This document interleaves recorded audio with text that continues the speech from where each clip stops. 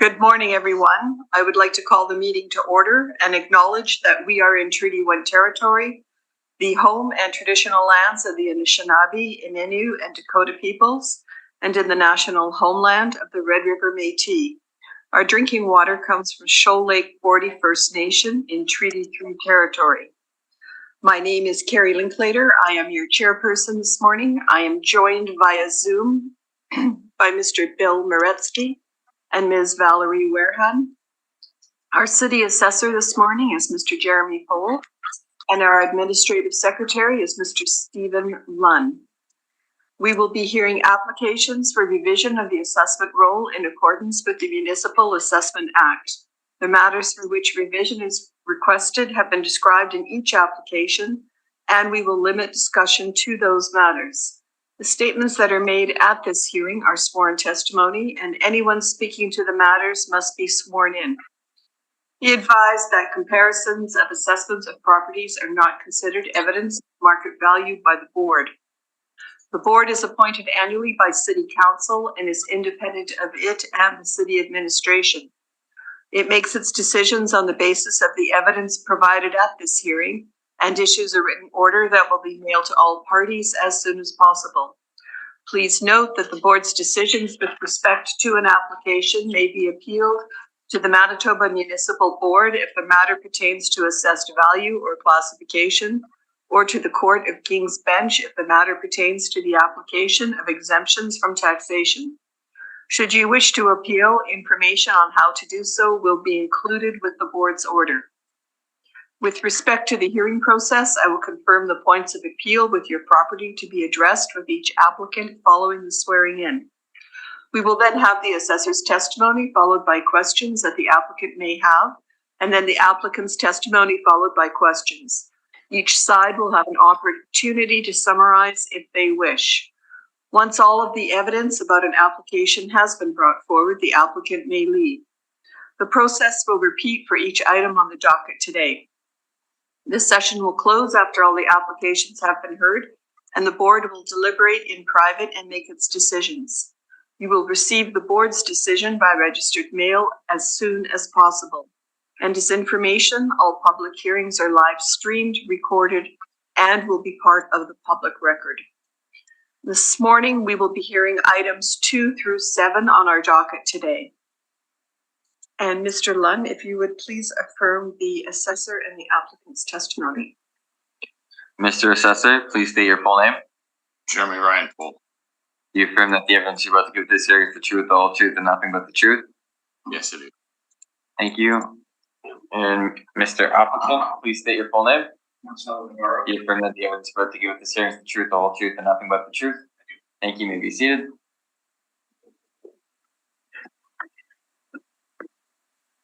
Good morning, Mr. Pohl and Mr. Navarro. And first item on our docket this morning is 65 Rory Street. And I believe we have no preliminary issues with this property. So Mr. Pohl, whenever you are ready. Okay. File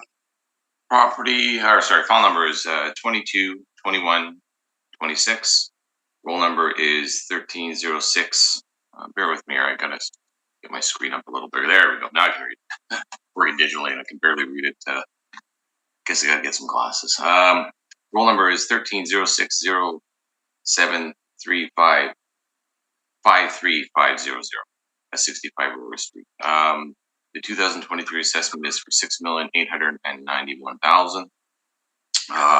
The building was built in 1929 with an addition, a 2-story addition put on the upper floor. I'll show you in the pictures in a minute. Built in 2006.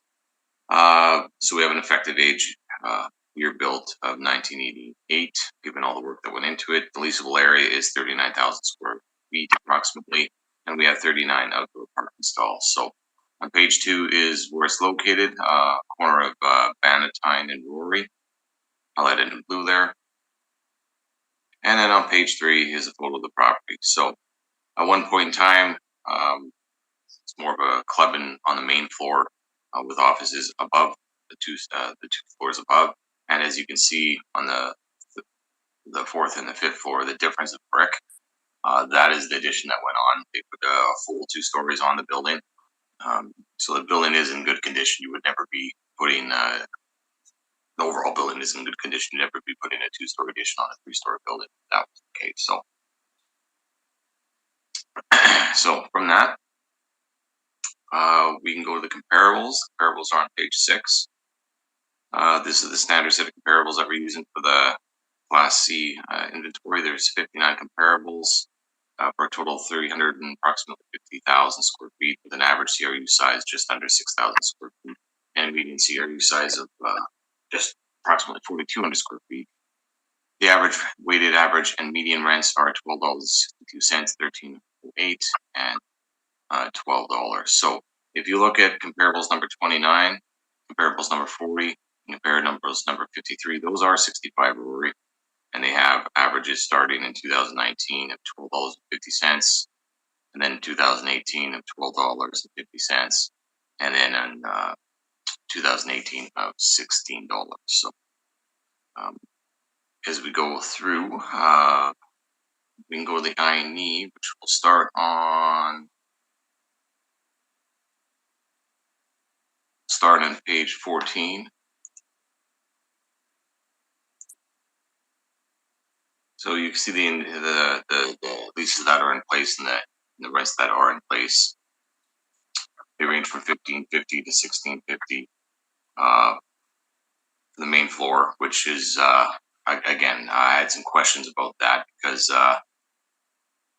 when years ago, it was a club. It was a restaurant bar type atmosphere. So I don't know if there's a conversion done to the first floor, but I'll ask that as far as my questions as they go along. And then on the second floor upwards is just as you would expect for regular office. So $12 to $13, the rents as you see in the rent on the rent roll there. So bear with me here. Okay, so if we go back to the workup, which will start on after page 6 on page 7. So for 39,051 square feet, we have an average rental rate of $13.68. So a little bit above the average of the marketplace, but again, you have 2 stories that are fairly new and a good performing first story, which I'll ask some questions on. So that produces a PGI of $34,545 with our standard parameters of 12% vacancy and expenses at 3% non-recoverable and shortfall at $10 gives us a net operating income of $409,427, capped at 6.9%, gives a capitalized value rounded of $5,934,000. There is an office of, a parking component for the office complex as well. The parking comparables are on page 8. As you can see, they're all in the exchange district. The median and mean is about $96 a stall. And then on the next page, on page 9, we have $92 a stall applied to it, which produces a net income of $43,056, capped at 4.5%, gives $957,000. So summation of both those income streams are on page 10, which gets back to the $6,891,000. So fairly basic workup today. With that, I'm open to questions.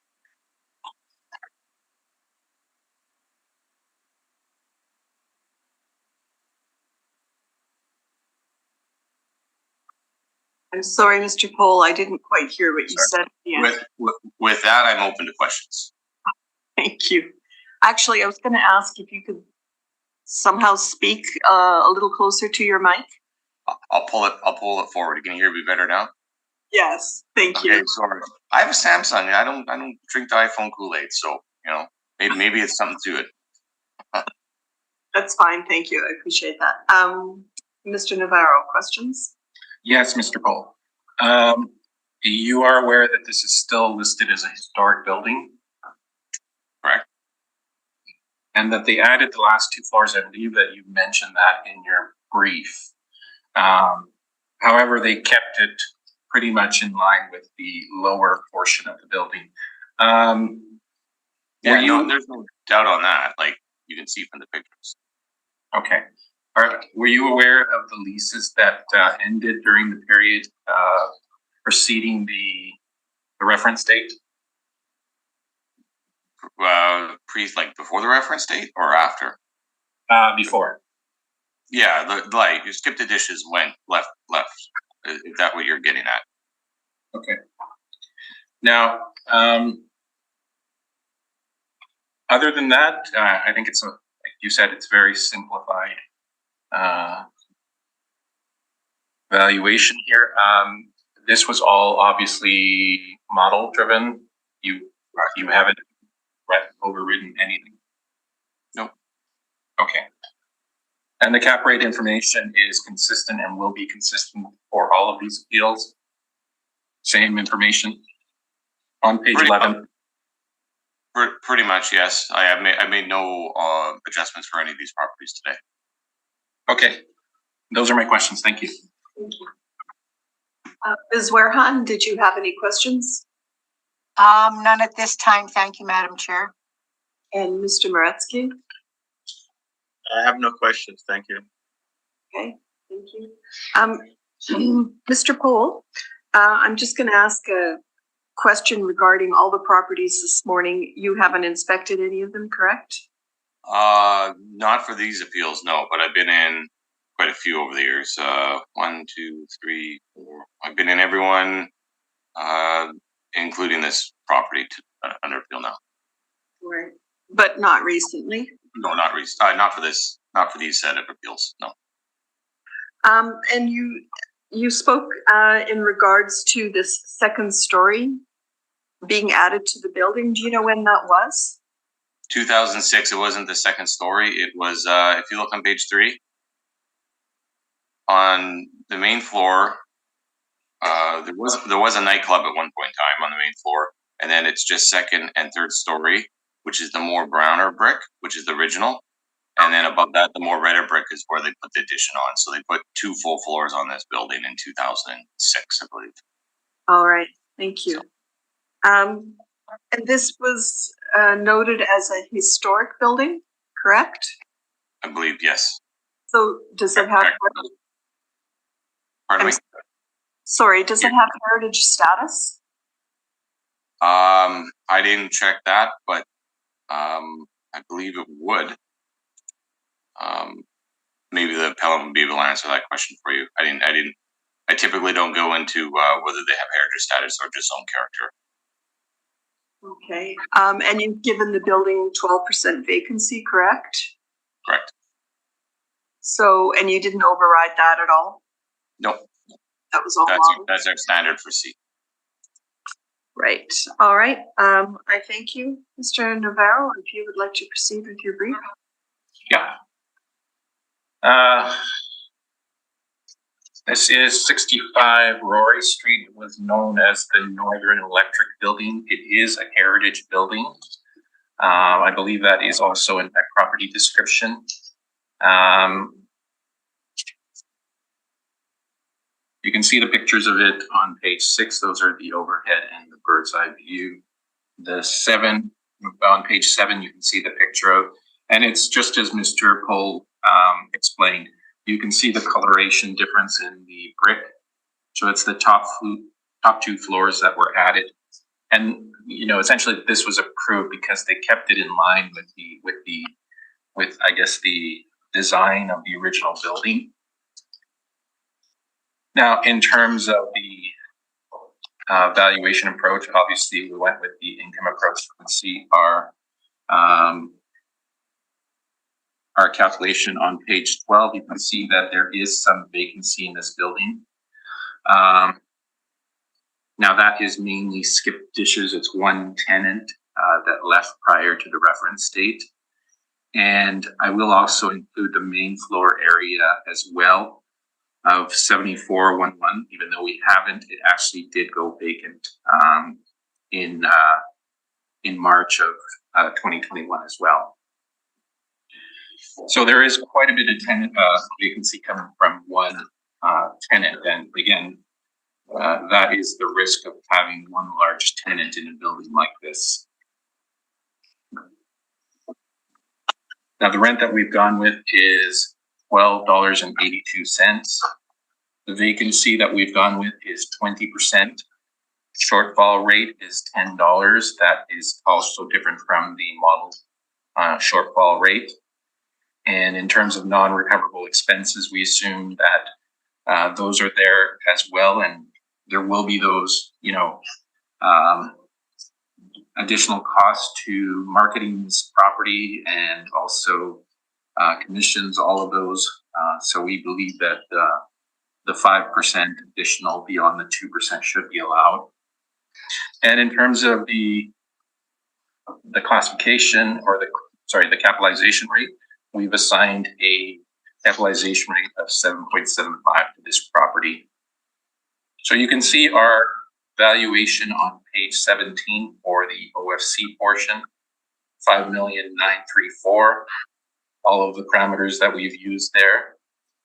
And in terms of the parking income, we've assigned a parking income of 43,056. I'm just going to check. I believe we went with the assessor. Yeah, we went with the modeled net operating income on this. Generally, on net operating income for parking lots, my calculations and the city of Winnipeg's tend to be quite close always, so I didn't have an issue with this one. The cap rate, 5%. We haven't deviated from that as well, so that is really the only difference. And in terms of the overall value,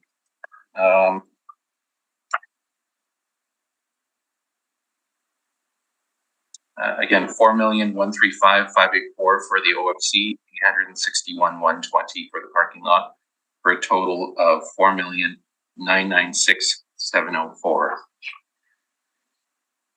In addition to this, we've provided some of the same information that the assessor has provided in terms of the income and expense report, the COVID report, and also some articles on skip the dishes.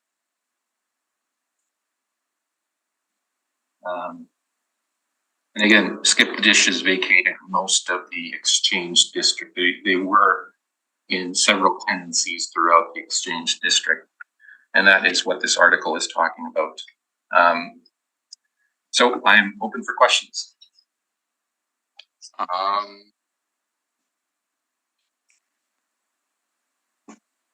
Bear with me here for one moment. Can you turn to page 25?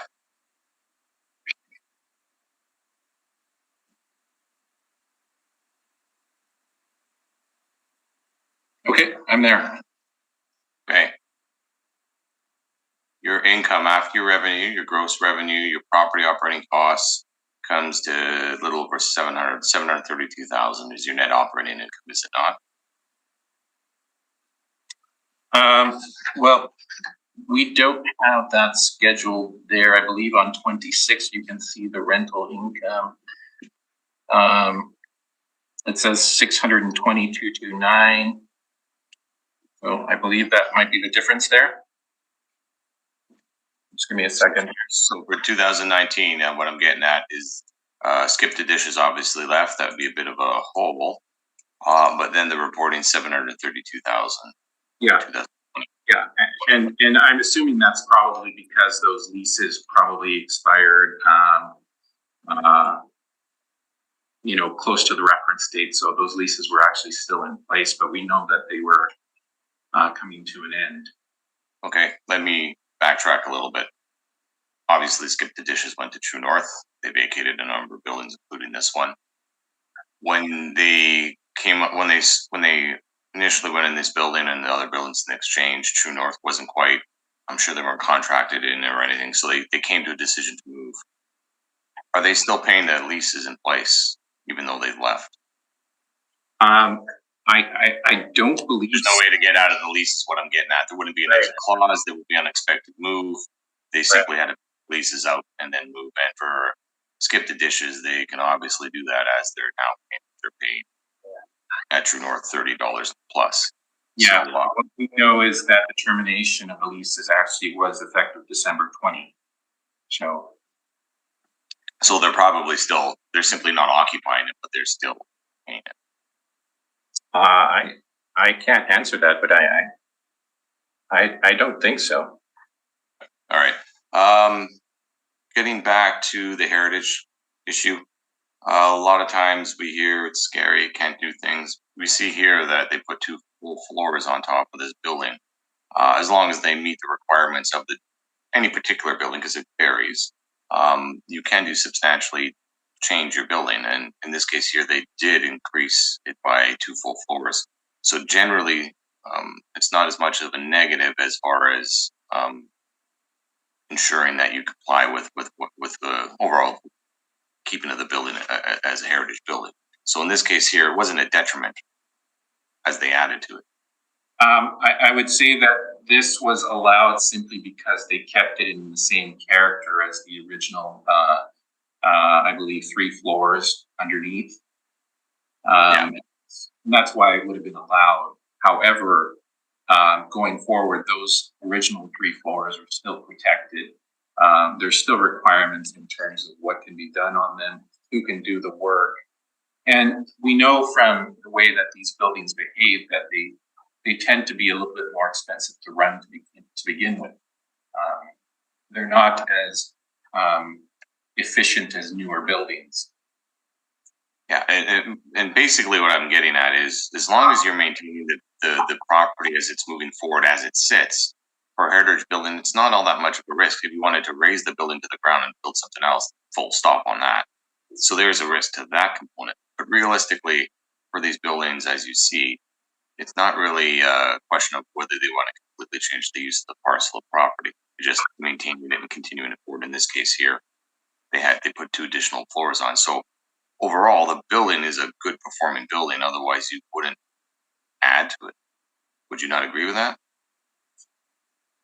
I would say that probably from an investor point, they probably added those 2 additional floors because they simply, they weren't making it with the first 3 floors, so they had to add those 2 floors.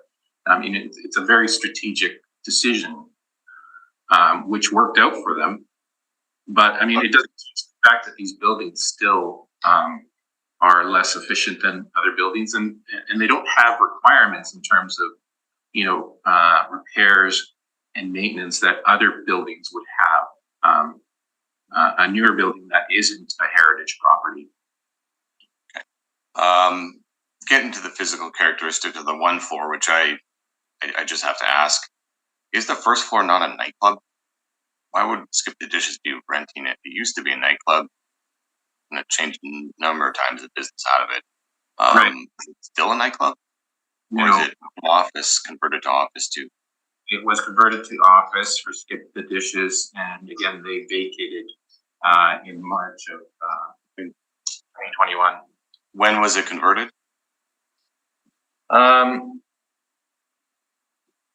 So the conversion probably would have happened, I guess, in line with and again, this is just speculation on my part, with the start of the lease in March of 2018. Okay, I'll have to look into that, because last time I checked, I've been in the building quite a few times over the years. It was a nightclub. You saw different bands in it. I remember the nightclub myself, so yeah. I saw some good shows in it. Okay. All right. Now, and lastly, the last question I have is, given the performance of the building, are you not putting too much weight on the emphasis of a momentary time and vacancy occurred by Skip the Dishes leaving versus the overall horizon of the building? Seems to be a good building. Seems like it won't have a vacancy issue. It's a superior building within the local marketplace. And if they can obtain the dishes, they had newer space on the first floor, as you're indicating, that it'd be well suited to attract other tenants. Well, I note, Mr. Pohl, that you view these situations as opportunities for the owners of these properties. However, I don't see how there wouldn't be risk there, considering such a large tenancy is leaving. And given the competitiveness, as you say, of the market here, where you have essentially what is musical chairs happening with the existing office supply here, we're not really creating additional demand here. I mean, we're working with a very fixed demand, and the supply is changing. So I would say it's going to be a tough time for them, I think, to lease up. And what we're seeing in the Exchange District is that there is high vacancy there. It's I think partially caused by new buildings that are coming up and maybe renovations on maybe some B classes or C classes. I don't know the exact issues. However, I would see this as risky, quite risky. Okay. One further question. On your workup, you have $13 put into, as you say, the vacant space. That's your market? That is, yeah. Why would a $13 overall for the entire building not be appropriate?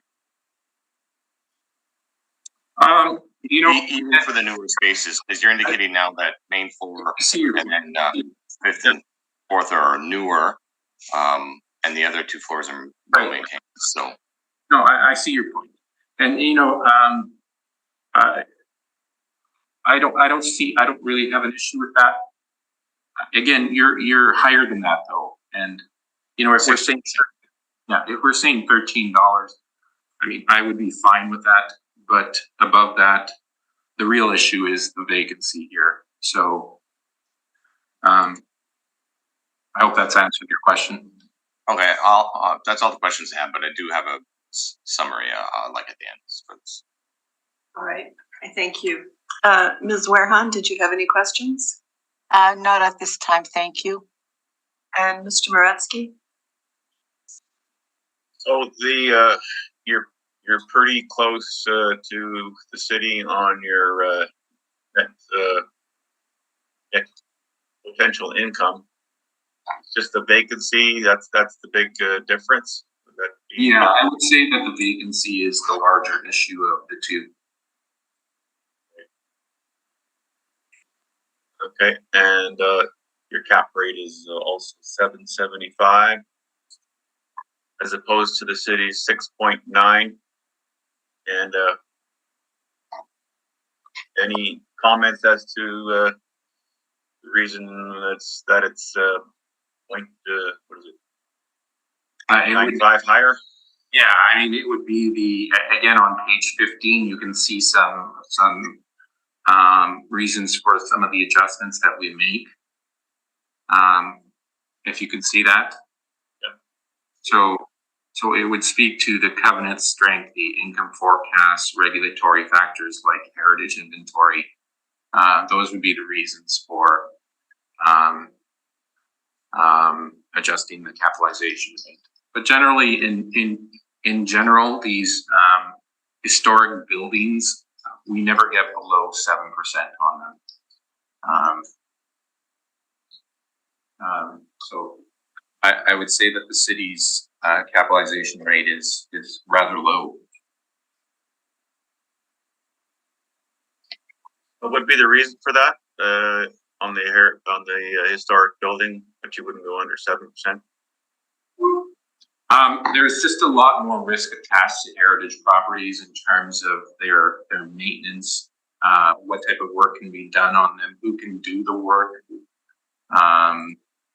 And that's not something that most buildings that don't have heritage status come with. And then there is the additional issue of not being able to demolish them. So if you buy them, you're stuck with them, whatever the problems are. Okay, and just getting back to the vacancy again, that 20% is because of what this building has experienced in the reference period. Actually, is that? Yeah. So there's a large vacancy coming from one single tenant, and that in itself is beyond being risky, it's also affecting, it will affect the income going forward. There was an additional vacancy actually on the first lease where you see on page 17, it says 7411 square feet. That one also ended prior to the reference date.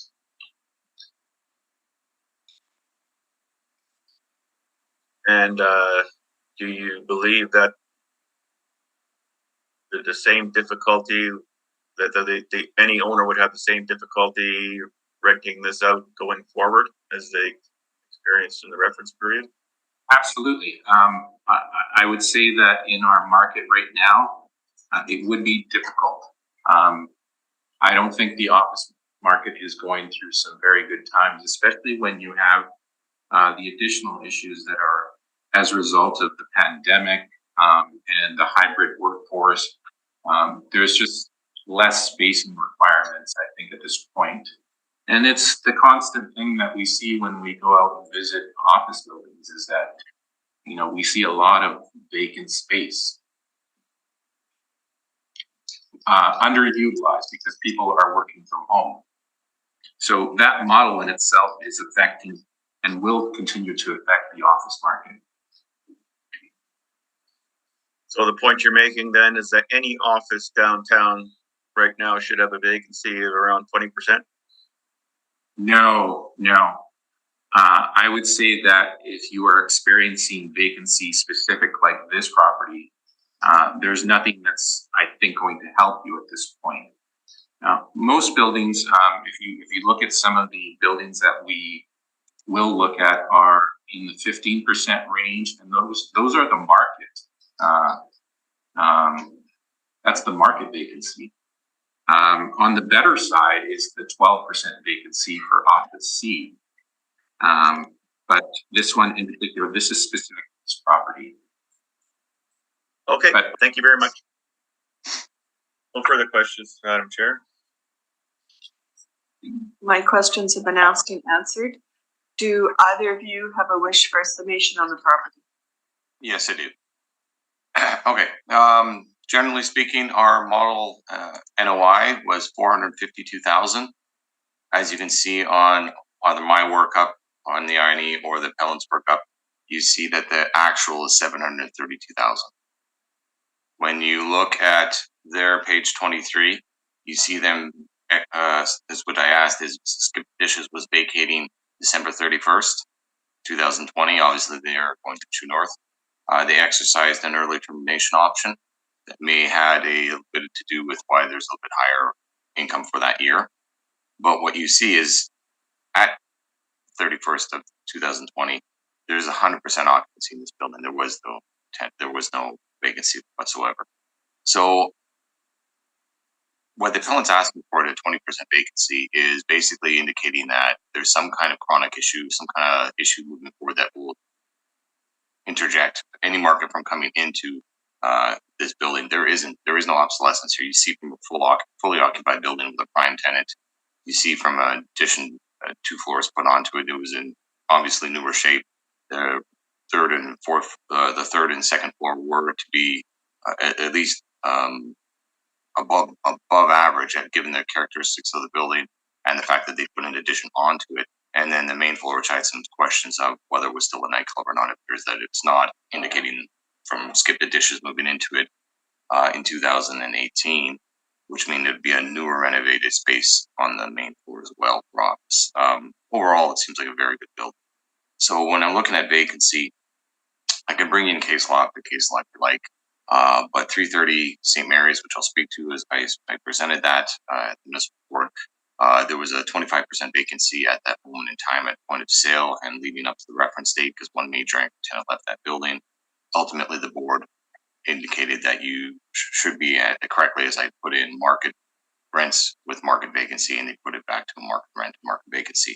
In this case here, we're jumping the gun by a significant degree by putting it to 20% vacancy and indicating that will be long term when we're only looking at about 90 days right up to the reference date, where you see a good performing building leading all the way up into time to that. I think there's too much of a focus on the vacancy that occurred for one tenant they're a major tenant, obviously, exercising their option to leave, but it leaves a good building, which should be able to absorb the marketplace. So with that, I'll leave it at your decision. Thank you. Thank you. Mr. Navarro?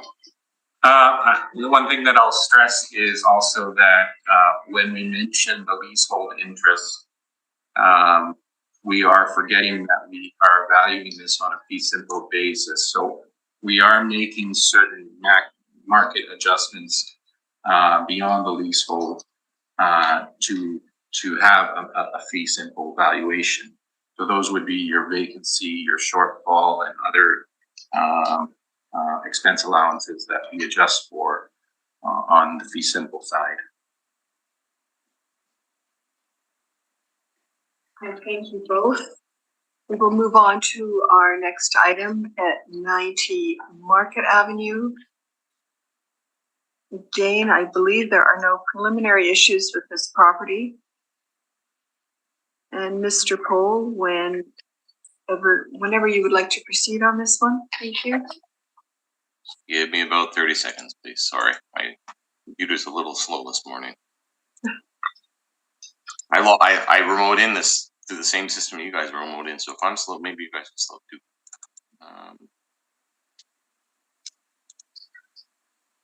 Okay. File number 222454. Roll number is 130990699130. The 2023 assessment is for $4,008,000.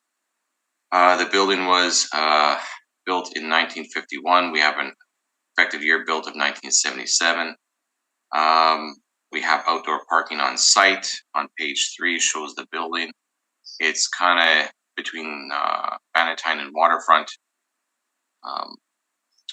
And there's a little pathway that goes along the side of it there. If you ever walk down there, it's a bit of a walkway down. So on page 3 is another photo of the property. It's in between. There's newer developments on either side. The property was actually subdivided. The north of the building there is a condo, and the west building is also a condo as well. So it's bracketed by new development.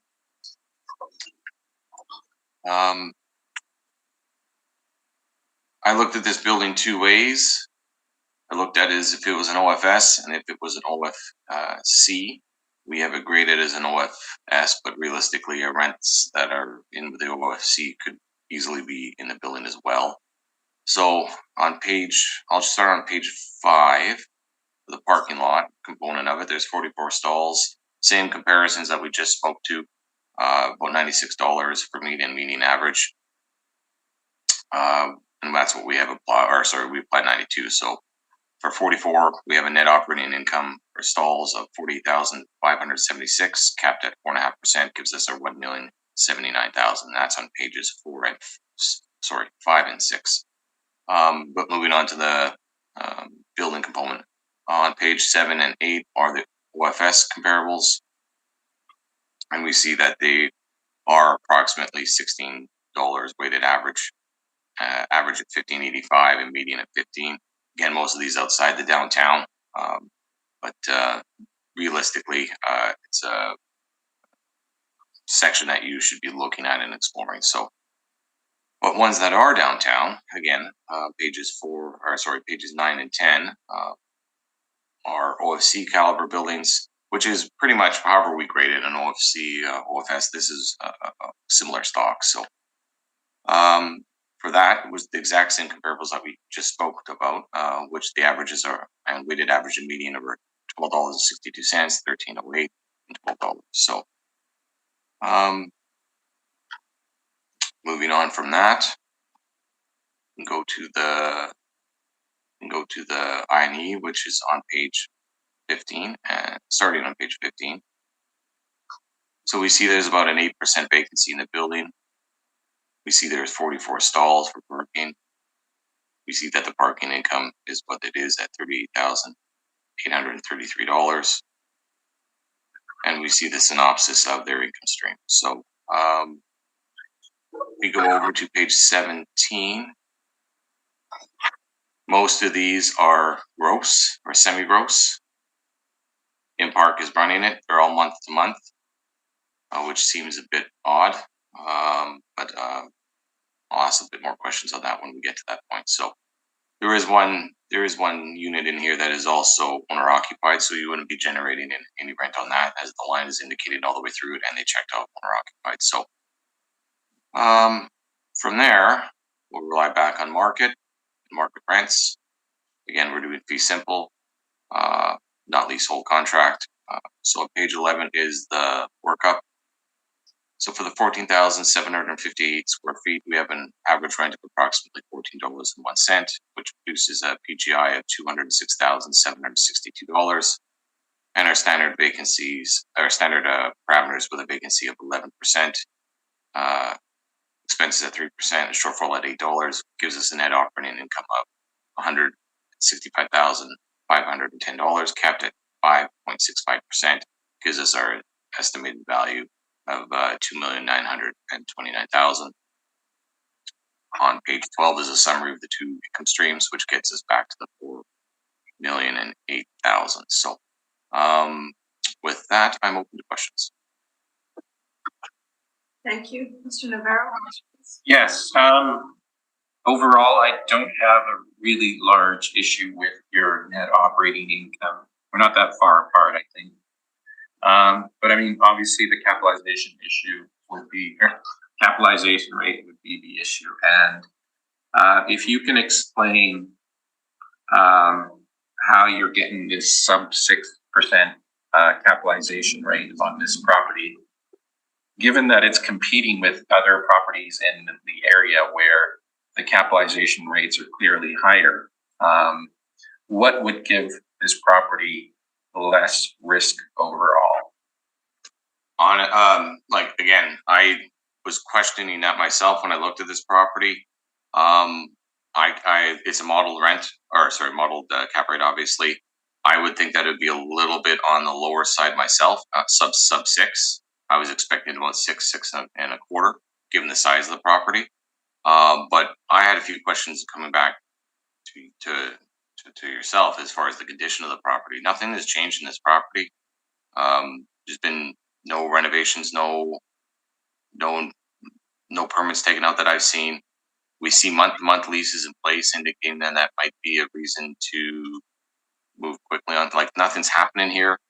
Right. So I've been inside this property probably about 4 or 5 times in the past 5 years, and I really haven't seen any changes to it. Let me phrase it another way. We've seen condominium developments all the way around it. We've seen that this property was subdivided private. Like, if you look at the North Complex, that was part of the property before they sold it off. Are they doing the same thing here? Are they prepping it for that? Not that I know of, no. Because I see month-to-month leases. These weren't month-to-month leases for going back in time, but now everything's on a month-to-month, and you see the development around it. It seems like this is more. Yeah, I mean, they've been for a while now, and what I would say is that we've had no indication that there's any development coming through at this point, so we don't see a imminent horizon there.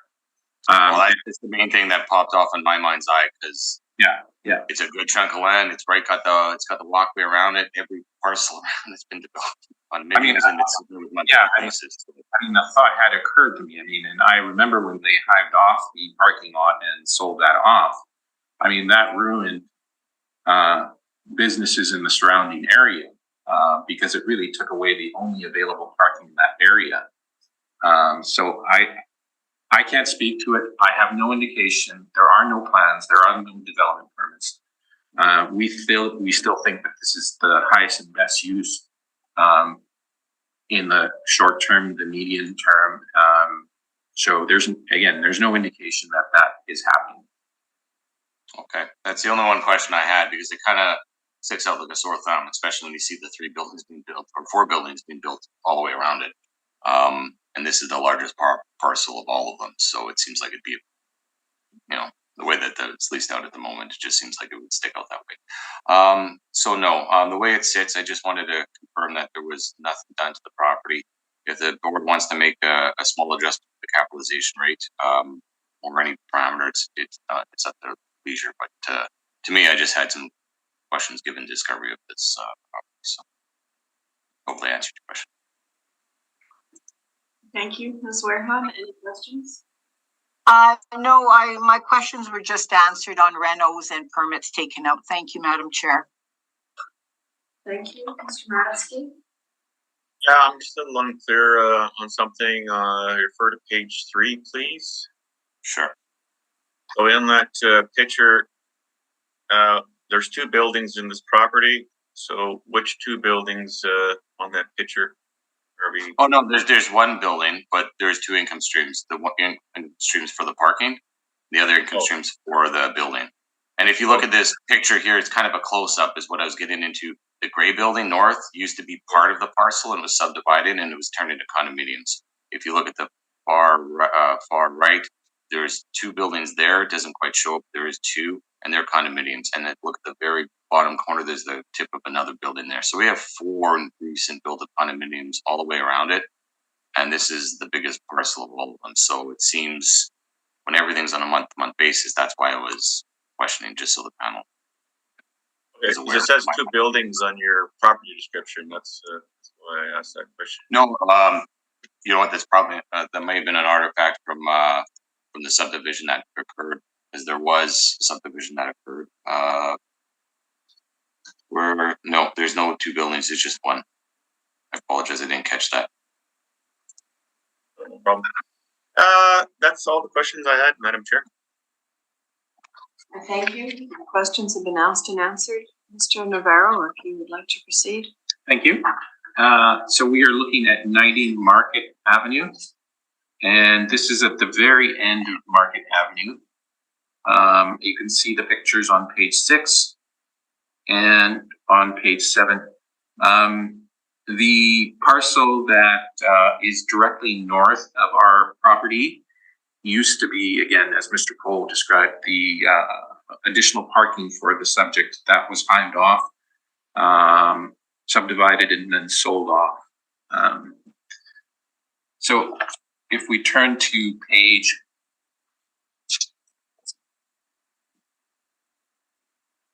12, you can see our valuation. We've put a rent of $13.10 on the subject.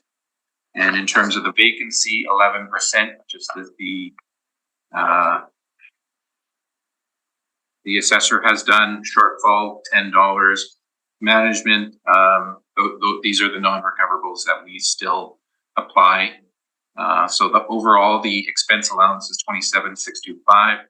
$1,450 is our net operating income. Again, not excessively far apart, but the issue is clearly the capitalization rate. We've put a capitalization rate of 7.25 in our capitalization rate chart on our report on page 17 of our capitalization rate report. If you have that, you can see that we are between the B and the C class. And really, that's the way that we look at this property, is more so a C class than a suburban office building. And it competes with other buildings in the general area. So we think that our cap rate is reasonable at 7.25. In terms of our parking value, again, we looked at the parking net operating income, and we were satisfied that we were fairly close to the city to begin with. So we didn't have any issues with that. In terms of the capitalization rate on parking, ours is 5%. The city, I believe, is at 4.5.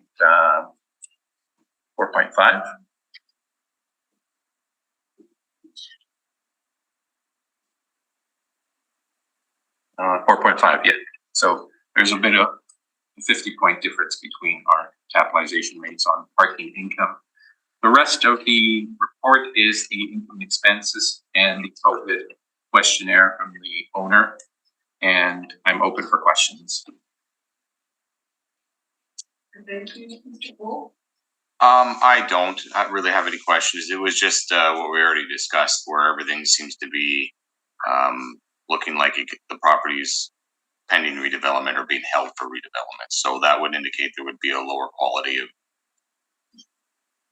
qualityness to this building, or a higher use of the property, being condominium, obviously, with everything around it being developed. So with that being answered, that there is no immediate plans or anything like that, then I don't have any further questions. No, thank you.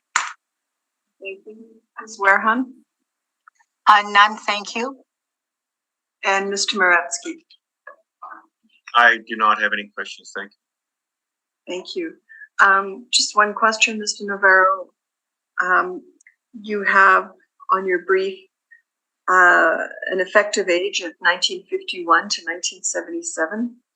And I'm just wondering, do you know what took place in this building to bring it up to an age of 77? I believe renovations were done to it at some point that brought it up to that. I mean, when you walk into it, it seems like a building that was, I would put the age at, you know, maybe the early 2000s. I mean, the finish in the building, or the late 90s. So when you factor that into it and do an effective age recalculation, that's probably what brought it up. Is just the renovations that have been done over time. All right, I thank you. Do either of you wish for a summation on this property? No, I do not. Thank you. Mr. Navarro? No, I do not. Thank you. All right.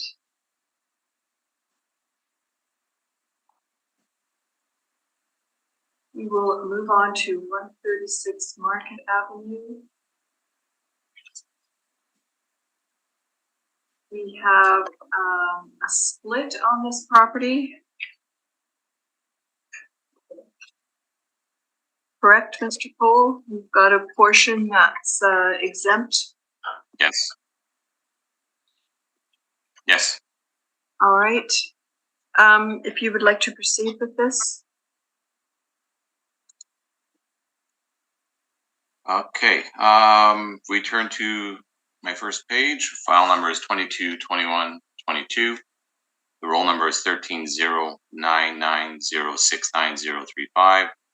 The 2023 assessment is for 19,468,000, of which we have an exempt status of 237,000, class code 40E, and then 19,231,000 for class 60 fully taxable. And I'll get to that in a moment. We have some city space in the property, so it's us in the property. So building was built in 1905.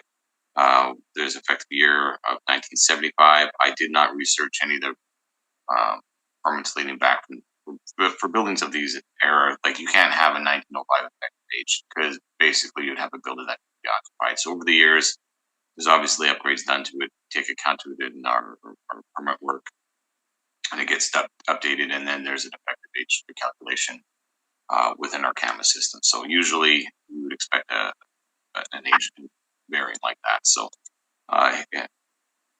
if there's a significant jump and I don't have a rationale for it, I might put a bit more my insight to it. But in this case here, I'd expect it to be about such. So leasable area, we have approximately 149,211 square feet.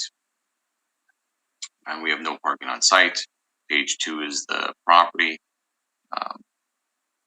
Sits on Rory Market and John Hirsch. So on page 3 shows the building itself, and 4. Same comparisons that we were using for the Class C buildings. Weighted average and median of $12.62, 1308, and median of 12.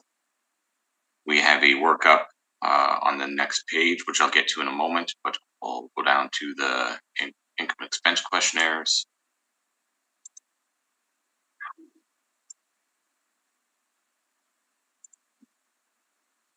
So as you can see, on the bill, on the rent roll, we see many in the $12 to $14 range. We also have some gross leases in place. LM Architecture Group, which is gross, is a beautiful space in this building. I've been in it. Superb, as you would expect from our architectural group. And then you have government spaces as well. So of the vacancy, as you can see on page 16 at the bottom, they have about a 2% vacancy in the building. So And again, you see indicating same idea as we've already discussed. Skip the Dishes are going to be leaving to True North. They moved out of the exchange and they are now occupying True North. But it does appear that they're indicating that it is December 31st, 2020 exit. So coming up to the reference date, they appear to be virtually fully occupied, which they'll have a bit of a bump moving forward in vacancy. So we get back to the workup.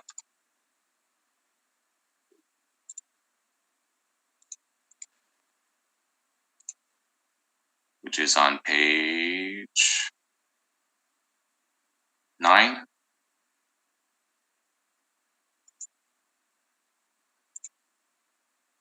So for 147,661 square feet of leasable area, we have $12.23. So a bit below what our market came in at, about $13, but right in line with what the property is performing.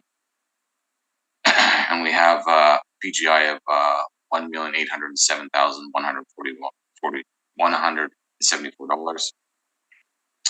Our same standard parameters apply at 12% for vacancy, expenses at 3% that are non-recoverable, and shortfall at $10 gives us a net operating income of $1,365,411, and that's capped at 7.1%, which gives $19,231,000, and of course that's for the 60T. If you look over for the 40E, which is the City Winnipeg space, which is one CRU of 1,550 square feet, we have $14.14 applied to it, which gives a PGI of $21,917. Our exact same standard parameters that I just spoke to reduces that down to net operating income of $16,848, capped at the same capitalization rate, 7.1%, gives us a $237,000. So on the next page is a synopsis of both income streams, getting back to the $19,468,000. And with that, I'm open to questions. Thank you. Mr. Cole, I think we've covered just about everything in the previous properties, so I won't ask you any questions relating to the capitalization rates. However, we do note that there was some additional vacancy from, again, the same culprit, Skip the Dishes, correct? Indicating yes. I don't like I stated. I don't know if they're still paying. It looks like they exercise an option to terminate. And if that's the case, they would be still paying rent on their spaces. It just they wouldn't be occupying them. What percentage? That's whatever the lease is inclusive of, and I don't have access to that. So pending, like I said, pending vacancy, there will be some moving forward given the relationship to the Skip the Dishes areas. Those are my questions. Thank you. Thank you. Ms. Warehan, questions? None, thank you. And Mr. Moretsky? Your cap rate 7.1%, correct? Correct.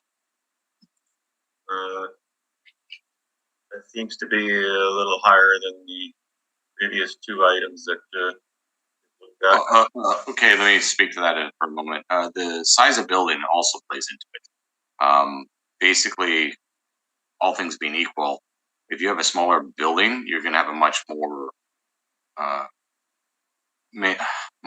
there'll be more buyers that are able to purchase it. If you look at a very small building, say a 1,500 OFS square foot building somewhere in the city, you could be an owner occupier of that building rather than paying rent in another building. So there is a higher degree of access to that for as far as competitiveness for it, and just a supply and demand factor. A large building like this, you'd have a dramatic reduction in ability to pay 19 million versus 1 million or 2 million or around that range, right? So that is an aspect to why some smaller properties have a higher degree of a higher capitalization simply because the prices are higher. You get a higher price square foot the smaller you go as far as building purchase for small CRU buildings, so or small leaseable areas had buildings. So in this case here, you have a much larger building into that as well. So the large building then is getting the higher cap rate. Well, yeah, I mean, the gross area of this building, is almost 200,000 square feet. It's 185,000 square feet. So, yeah. Okay. No further questions. Thank you. Thank you. So, Mr. Cole, your cap rate is model driven, correct? Correct. I made no adjustments today. All right. So on page 12 of your cap rate,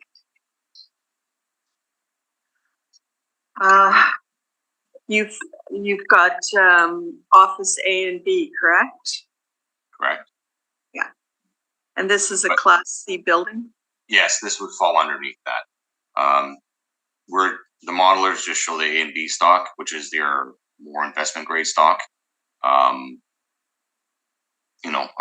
Class B buildings do generate good income, but they're not a Class B or Class A property, obviously. So when we see the cap rates for these between 6 and 7, put them at the bracketing end of it at around 7, just over 7. It's pretty reasonable in my mind's eye. I'm just wondering, due to the number, and I don't know if you could answer this, but due to the number of Class C buildings in the city, I'm just wondering why your office has not included them in a cap rate study. Honestly, typically, sure, I can kind of answer that. Obviously, I do capitalization rate studies. I actually do direct capitalization rates for as far as when we go to municipal board appeal. There's not a lot of, how do you say, outside source comparisons. Like, they don't track them as much. Collier speaks to it. They don't really track lower quality stock. And you can't find a uniformity within the classes to convey that every year what Class C would be typically. And then when you actually go and do your analysis to see if we agree on our end, when I'm doing capitalization rate studies, there's not a lot of changeover. There's not a lot of turnover for A's and B's. There's very little. And when you look at other ones for the lower stock, it's hard to be able to bring that direct comparison in and then test it against what outside sources are indicating. So it's probably some of it to do with it. But as far as investment grade, we typically go with the higher end of the range, and then we do our analysis and just explain it at appeal where we feel they are. So it'd be very difficult for me if I'm coming in and say we're bringing in an OFC cap rate, an OFD cap rate, and so forth.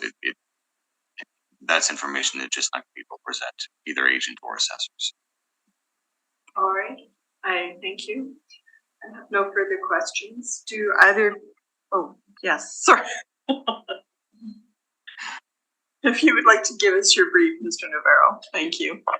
Okay, this is 136 Market Street, on the corner of Rory and Market Street, across from I believe it's the MTC Theater.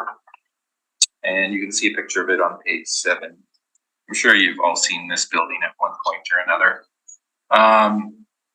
This is also a historic building. And in terms of the income approach, again, I don't think there's a lot of difference here in terms of the net operating income. I believe we're higher on the rent, and that is $1,260 versus the $1,210, I believe, that the city is using. I could be wrong on that one. $1,223. Okay, so we are slightly higher. In terms of the exempt portion, you can see that as well there. We've used a $13 rent. In terms of the vacancy, we've added a slight additional vacancy to the OFC portion. If you can turn to page 17. You can see that we've added some additional vacancy to that. That is 15%, shortfall is 10%. Non-recoverables of 5% and 2%, and a capitalization rate of 7.75. What I would say is that in terms of the capitalization rate, the assessor is at 7.10. I think on this portion here, we probably been maybe a little aggressive. Maybe 7.50 would probably be a little bit more reflective of it. And in terms of 18, if you turn to page 18, you can see the exempt portion. And on the vacancy, again, maybe not 15%, but 12% like the market says, because it is only the one tenancy that we're actually looking at there. In terms of the shortfall, $10, 5% for management, others 2%, and 7.50 I would suggest for the capitalization rate instead of the 7.75. So it does change the valuation somewhat, but these are, again, just suggestions. Overall, I don't think we're too far apart in terms of the rents that we've applied on this. So it's just the other parameters that needed adjustment. I don't know if you want to let me take some time to actually calculate this out. Be a good time for a break, maybe. We are going to, well,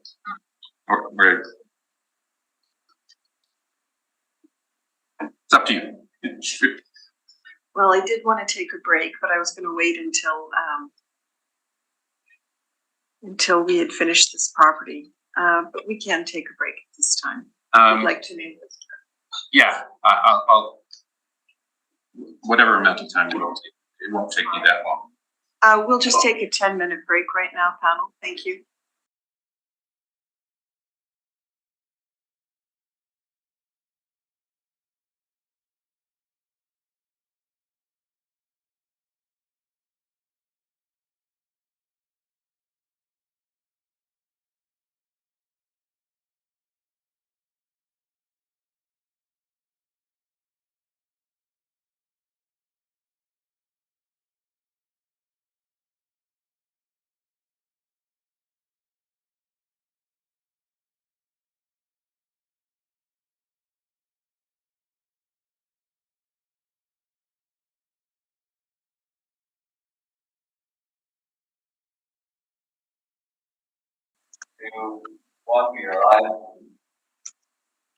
I'd like to call this meeting back to order.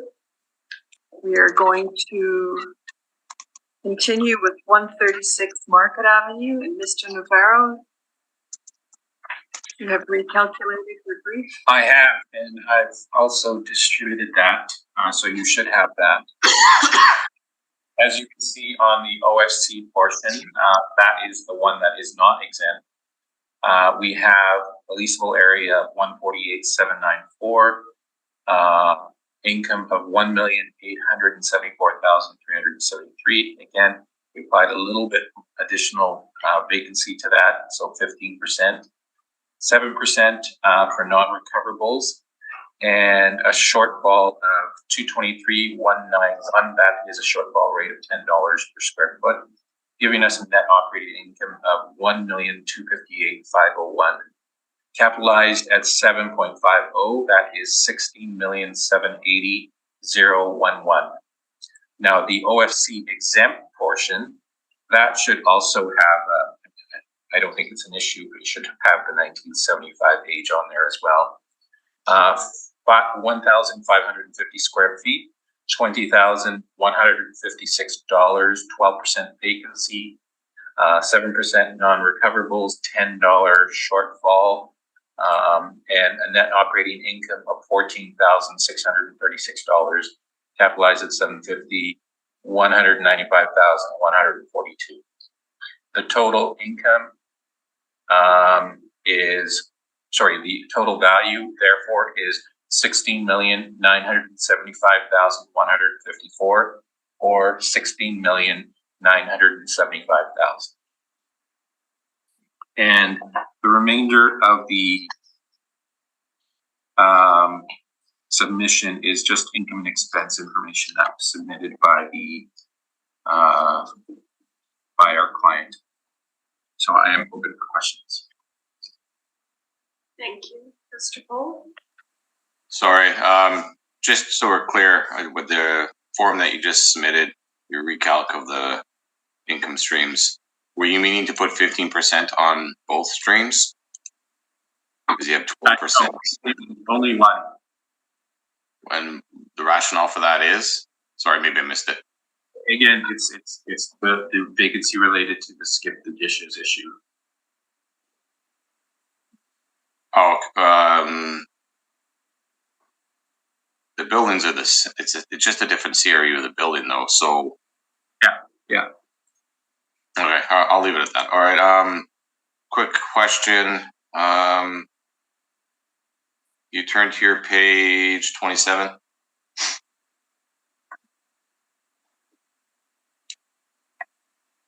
Indicates that there is, obviously this is for parking on the sites next to it. If you remove the 351,000 for the parking and any nominal cost, obviously there just surface parking, there wouldn't be much cost to the operating cost of that other than snow clearing. You have approximately 1,732,000. If you take 350 off of that, that's a little north of where our model projection is for as far as NOI.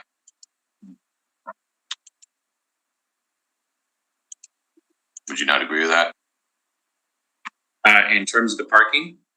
No, what I'm saying is the overall, if you remove the 351,000 from the 1,732,000, you have a higher active NOI than what our model projected. Yeah. All right. I mean, we're not looking at first of all, we're not looking at the schedule on page 27. I mean, in terms of the leasehold again, because we make further adjustments to that to bring it to a fee simple valuation. So they're not going to be the same. Okay. And there is the issue of the parking income being calculated in that, correct? So I'm saying if you remove the 351,000, obviously you take it off the 1,732,000 at the bottom. So you're still north. So what you're saying is that it's closer to your model, right? I'm saying it exceeds our model. Our model is But that's our model is 1,382,000. okay. Yeah, I get what you're saying. Again, we have to stress again. We're looking at it from a fee simple perspective. So we are making adjustments beyond what the leasehold is telling us. So okay. Indicating here on the rent roll, same idea, same property owner, or should say management company anyways. Skip the Dishes is vacating. It's indicating on their rent roll as well. Right. In regards to the risk for vacancy, what are they advertising? Same as the other properties. They obviously knew this was happening. What are they advertising their space for, and how long has it been exposed to the market? I really haven't looked at current advertising again. It wouldn't.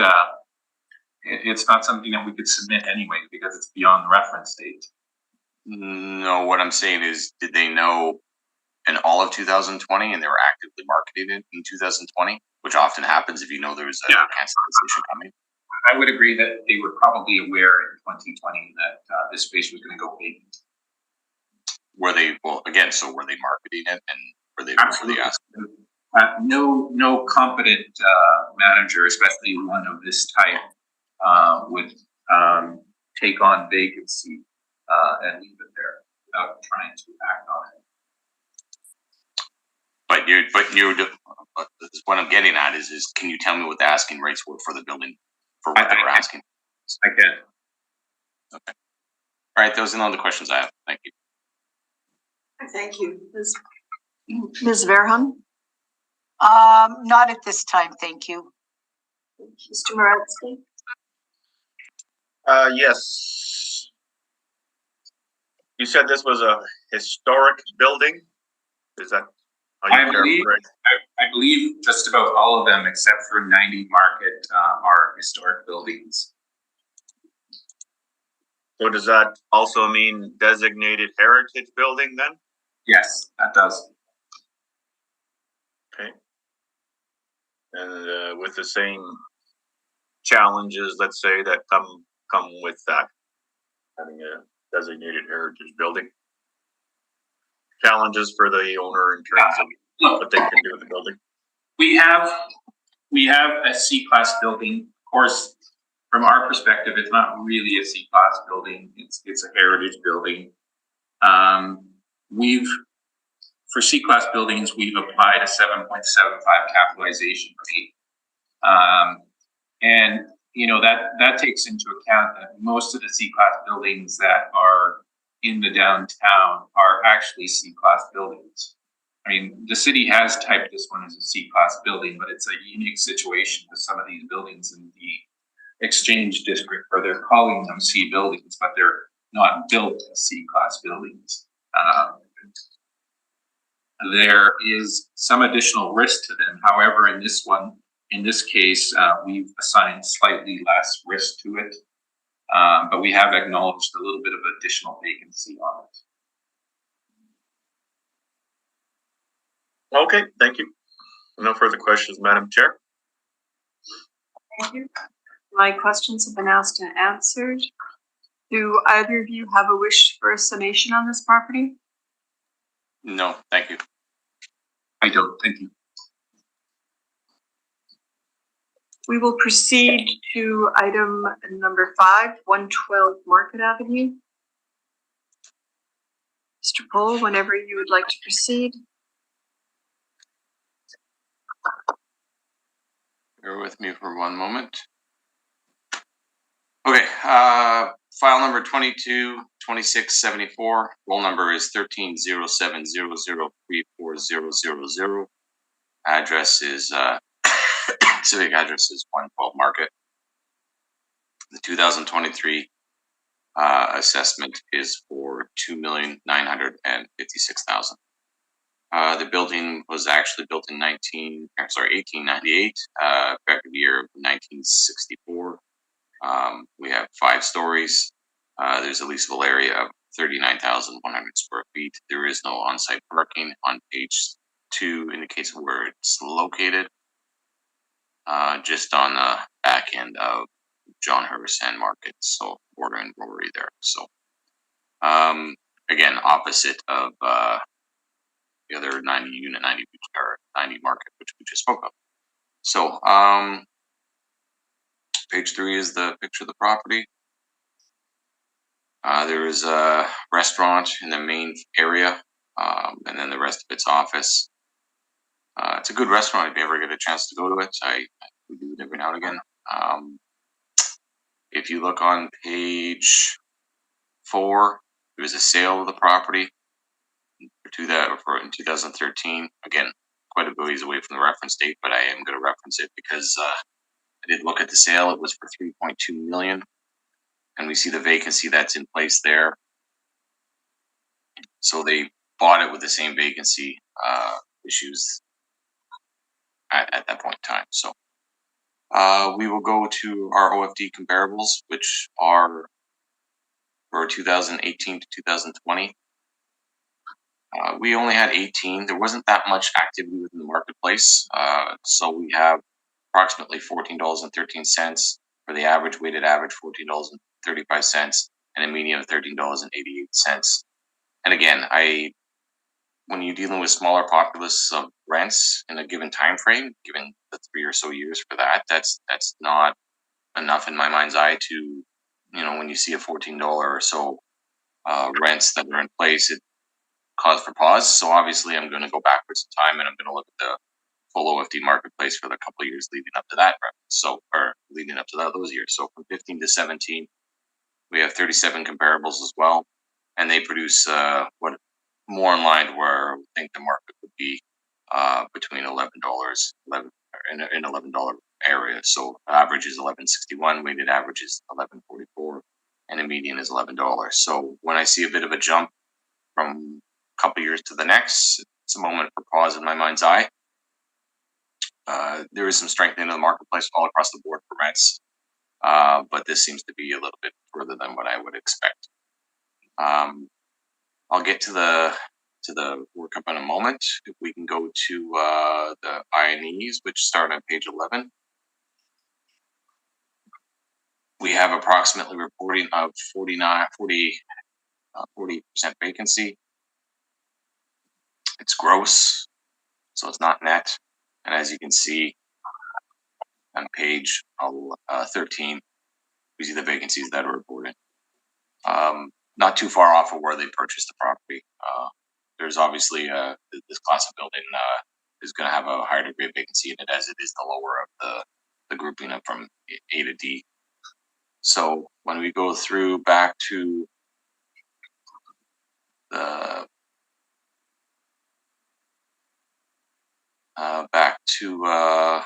the workup, which would be on page 7, for 39,100 square feet, we have $9.66, which produces a PGI of $377,696. Sorry, $377,696. Okay, big tongue twister there, big tongue tie there. Okay, potential rent.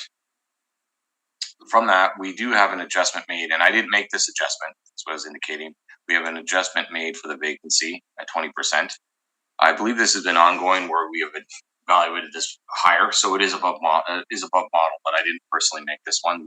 This was one that was caught and graded as such. So 20% vacancy, I feel, is appropriate. I have looked at the property, I have reviewed the property, and obviously back to the sale in 2013, this building has always had a bit of higher elevated vacancy, and being reflective of that. And that's why we're putting a 20% vacancy. It's not a chronic, it is at a chronic level, but it's not at a fully vacant level, meaning, you're basically emptying. There's some residual vacancies within it, and that's how you expect it to carry forward. In this case here, you see it hovering around 50%, a little under 50%. So at a 20% vacancy, you address it. Sorry? Mr. Pohl, you're just breaking up a little bit. So some of your words are dropping off, at least for me. If you could. I don't want to be yelling towards the camera. Might sound a little crazy doing that, but I can do that if you like. It's okay if it's cutting out. Just let me know what I can talk about. So where I tailed off there was you would expect to see a long-term chronic vacancy issue here, and we've addressed it as such. So I didn't make this call for this particular cycle, but I've reviewed it in the past, and we still have the higher vacancy awarded to it. As you would indicate, it's been about hovering around half vacant or a little less than that. So at that point, you would initiate a chronic vacancy, and you'd have it as an adjustment made every cycle. So it is getting it, and it's appropriately getting it. So from that, the effective gross income is $302,157. The expenses at non-covered 3% and shortfall at 8 gives us a net operating income of $230,532. Capped at 7.8% gives us our value of $2,956,000. So in this case here, we downgraded the rent. We've given chronic vacancy at 20%. Again, that was done prior to the model being released. So it's not an adjustment made by myself for this particular hearing. And then we have an elevated cap for where our perspective of the market is at 7.8%. So we've adjusted for this entire income stream, and it is below the sale price of what they purchased it. And given back to the sale, which I reviewed, and which they purchased in February 2013, they had the same level of vacancy there, and they purchased it for $3.2 million. So basically what we're saying is, after review, it's pretty much continuing on the same where they purchased it, and it really has no elevated increase in value. So given the nature of the building. So with that, I'm open to questions. Thank you. Mr. Pohl, have you been through this property? I've been through the restaurant. Years ago, I've been through one of the floors, but not for a significant amount of time. And to your best knowledge, do you know if this property has parking available to it? I don't believe there's any parking. At least I'm unaware of. Okay. And other than that, all the adjustments that have been made to this property have not been made by you. It's either been somebody else or the model. No, let me be clear. We have a model. We have a model that predicts our value, but we have adjustments made on this property to ensure that the vacancy is higher than what the model should be. and that's why I was indicating the 20%. And we downgraded the rent on this building, so to take it up to account where the rent should be as far as at the lower end of the market for OFD, and that's what you see. So for this particular hearing, I didn't change anything because it was already done internally, and I agree with what the changes were made. So that's why you're seeing a 20% vacancy and a $9.66 rent. Okay, those are my questions. Thank you. Ms. Wareham, questions? Yeah, to bring it up from the 1898 date you have to the 1964, were there any permits taken out in that time period? There would obviously be a considerable amount of work done on the building over the 100+ years. But I didn't actively look at any of the permits. I looked for recent ones since the purchase, and I really haven't seen any.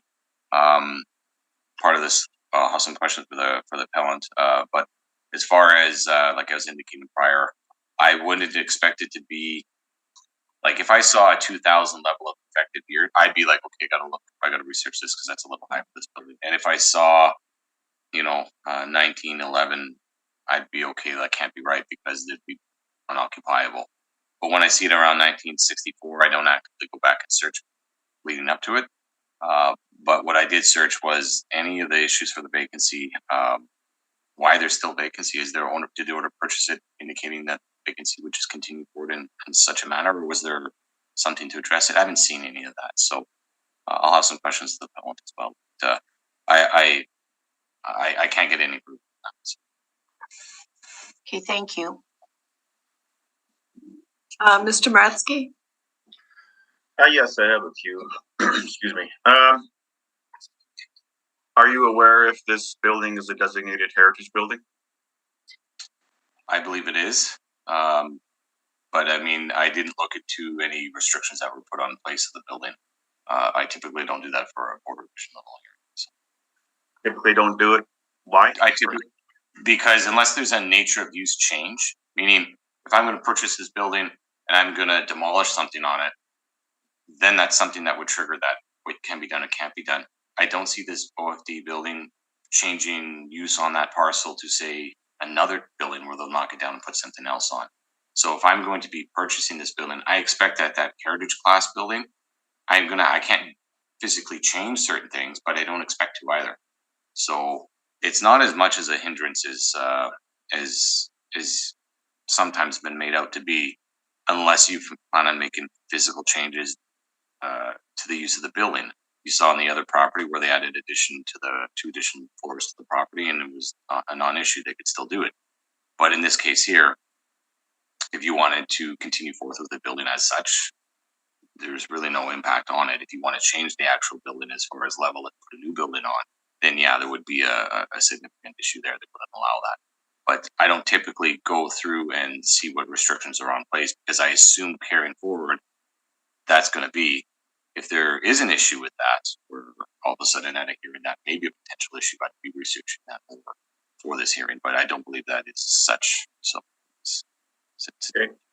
Not really much. You mentioned this building has a chronic vacancy. Uh-huh. And it was you would expect it to. Can you just speak to those 2 points? Why does it have a chronic vacancy, and why would you expect this building to have a chronic vacancy? Okay. Some of that question I would be more wanting to speak to the ownership or the representative and the agent here today about. But typically when I see this building here, it's performing at the rent that it is. I'm seeing what's there. There needs to be capital investment made to it in order to make it more marketable. I see long-term vacancy that's accrued over time, and I see it projecting forward from the sale. Unless someone's going to put that money back into the building to cure those obsolescence, get tenancies, and I expect it to continue forward. But since the building really can't generate that kind of income, I'd be expecting that to continue forward as such, and that's kind of what you see from the sale price for what it got at 3.2 million. Moving forward, that vacancy really hasn't fallen back to say 5% or 8%. There's been no hovering of it. It's been basically the way it's been. So I would expect that to continue forward into the years.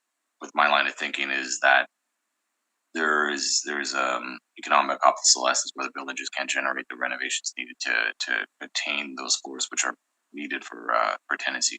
I don't know if they're still fully leasable at this point. So when I see the vacancy hovering around half, a little bit below half, that's kind of where I would expect it to continue forward unless a major investment's made to it. Okay, just one more question. Thank you for that. The cap rate you have is 7.8%. Just comparing to the previous items that we've looked at, that's pretty high. So any comments on that? Yeah, that's kind of what I tried to explain before the rules released. We're obviously looking at buildings, and this is an outlier in it.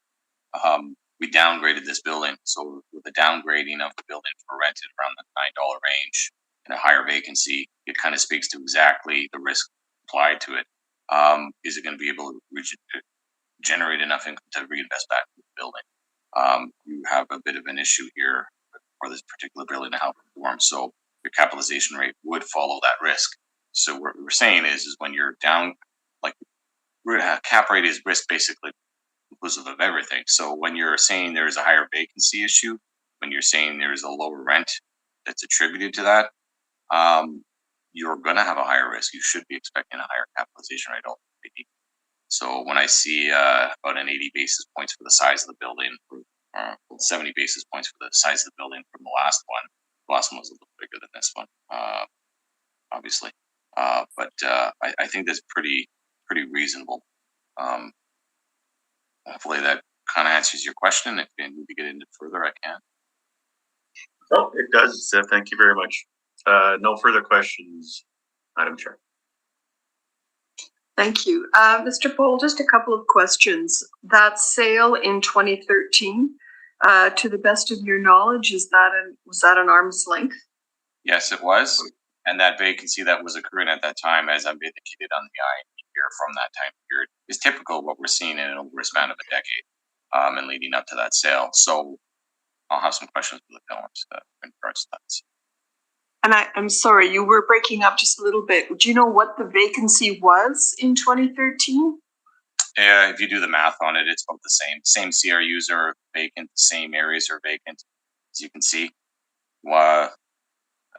Unit 10, Unit 350, Unit 2, the basement's obviously vacant. And then Units 460, 490, and the 5th floor. So it's pretty much in line with what we see today. All right. Do you know when it was last inspected? I was in it, not for the full building for appeal, but I was in it, I would say over 10 years ago. I don't know when the last inspector's been through for as far as a realty valuation. There's been probably numerous inspectors for business permits, but that wouldn't be the same thing. Okay. Sorry, I can't tell you. Sorry, I can't tell you. That's fine. So wouldn't that be unusual for an inspection not to take place if this building has chronic vacancy?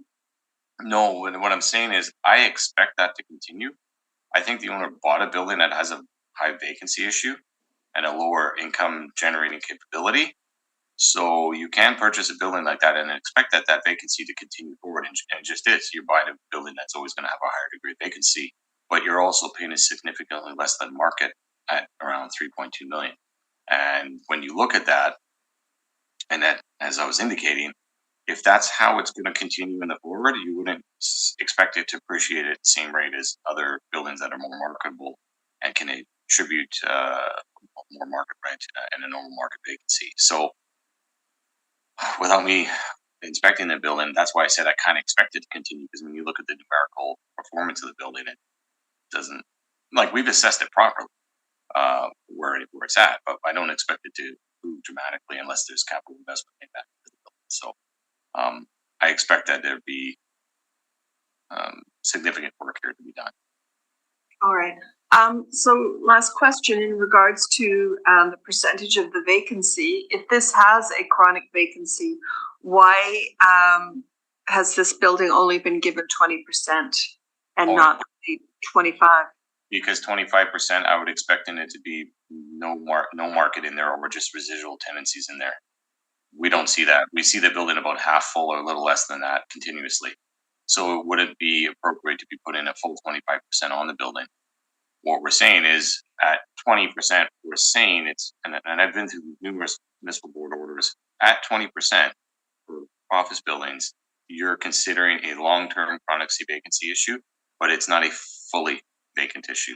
And that's what you see here. At 25%, you would expect it to be virtually fully unoccupiable, or some residual tenancies in it, but basically unoccupiable. We don't see that here. We see about half full, or a little less, or a little less than half vacancy. So at 20%, I think that's exactly where it should be. All right, I thank you for that clarification. Mr. Navarro, if you would like to proceed with your brief. Of course, this is 112 Market. It's out also at the end of Market Street. Inspected several times, most recently this month. So when you look at this building, you wonder why it's vacant. And for the most part, the inside is actually not bad looking. They've made some upgrades in terms of the spaces. They upgraded the elevator at some point, I believe. I'm not sure if it was more recently, but it's definitely not an old elevator. So the question is, why is this building vacant? And the one thing that the owner has told me on numerous occasions is that the first thing that potential renters always ask them for is, can you secure any parking for me? And the answer is no, I can't. So you'll recall that we had the issue with 90 Market Street and the parking lot that was subdivided from the original building. That was essentially the parking for this building. And once that was actually sold off and converted into a condominium, that parking essentially went away. And there is not much in terms of opportunities for parking. A lot of the buildings in this area actually control their own parking supply. This one doesn't have any parking supply. So that has been one of the major hurdles for this owner to overcome, and they haven't been able to. So on page 13, you can see that we've applied obviously something closer to what the assessor is suggesting in terms of the rent. On page 14, you see the comparables there. We have an average of $969 and a median of $993. So we are close to both in either case. In terms of the vacancy allowance, obviously that's where we differ. We took it to 25%. And again, you can see how long it's been chronically vacant. So we think that that 25% should be actually given. That is, I mean, you can see our reference to the case that we have there at the municipal board case MBOA 02382. So there are instances where vacancy actually does go above 25%. In terms of shortfall, we've applied $10 per square foot. Non-recoverables, we don't deviate from that, so it's always 7%.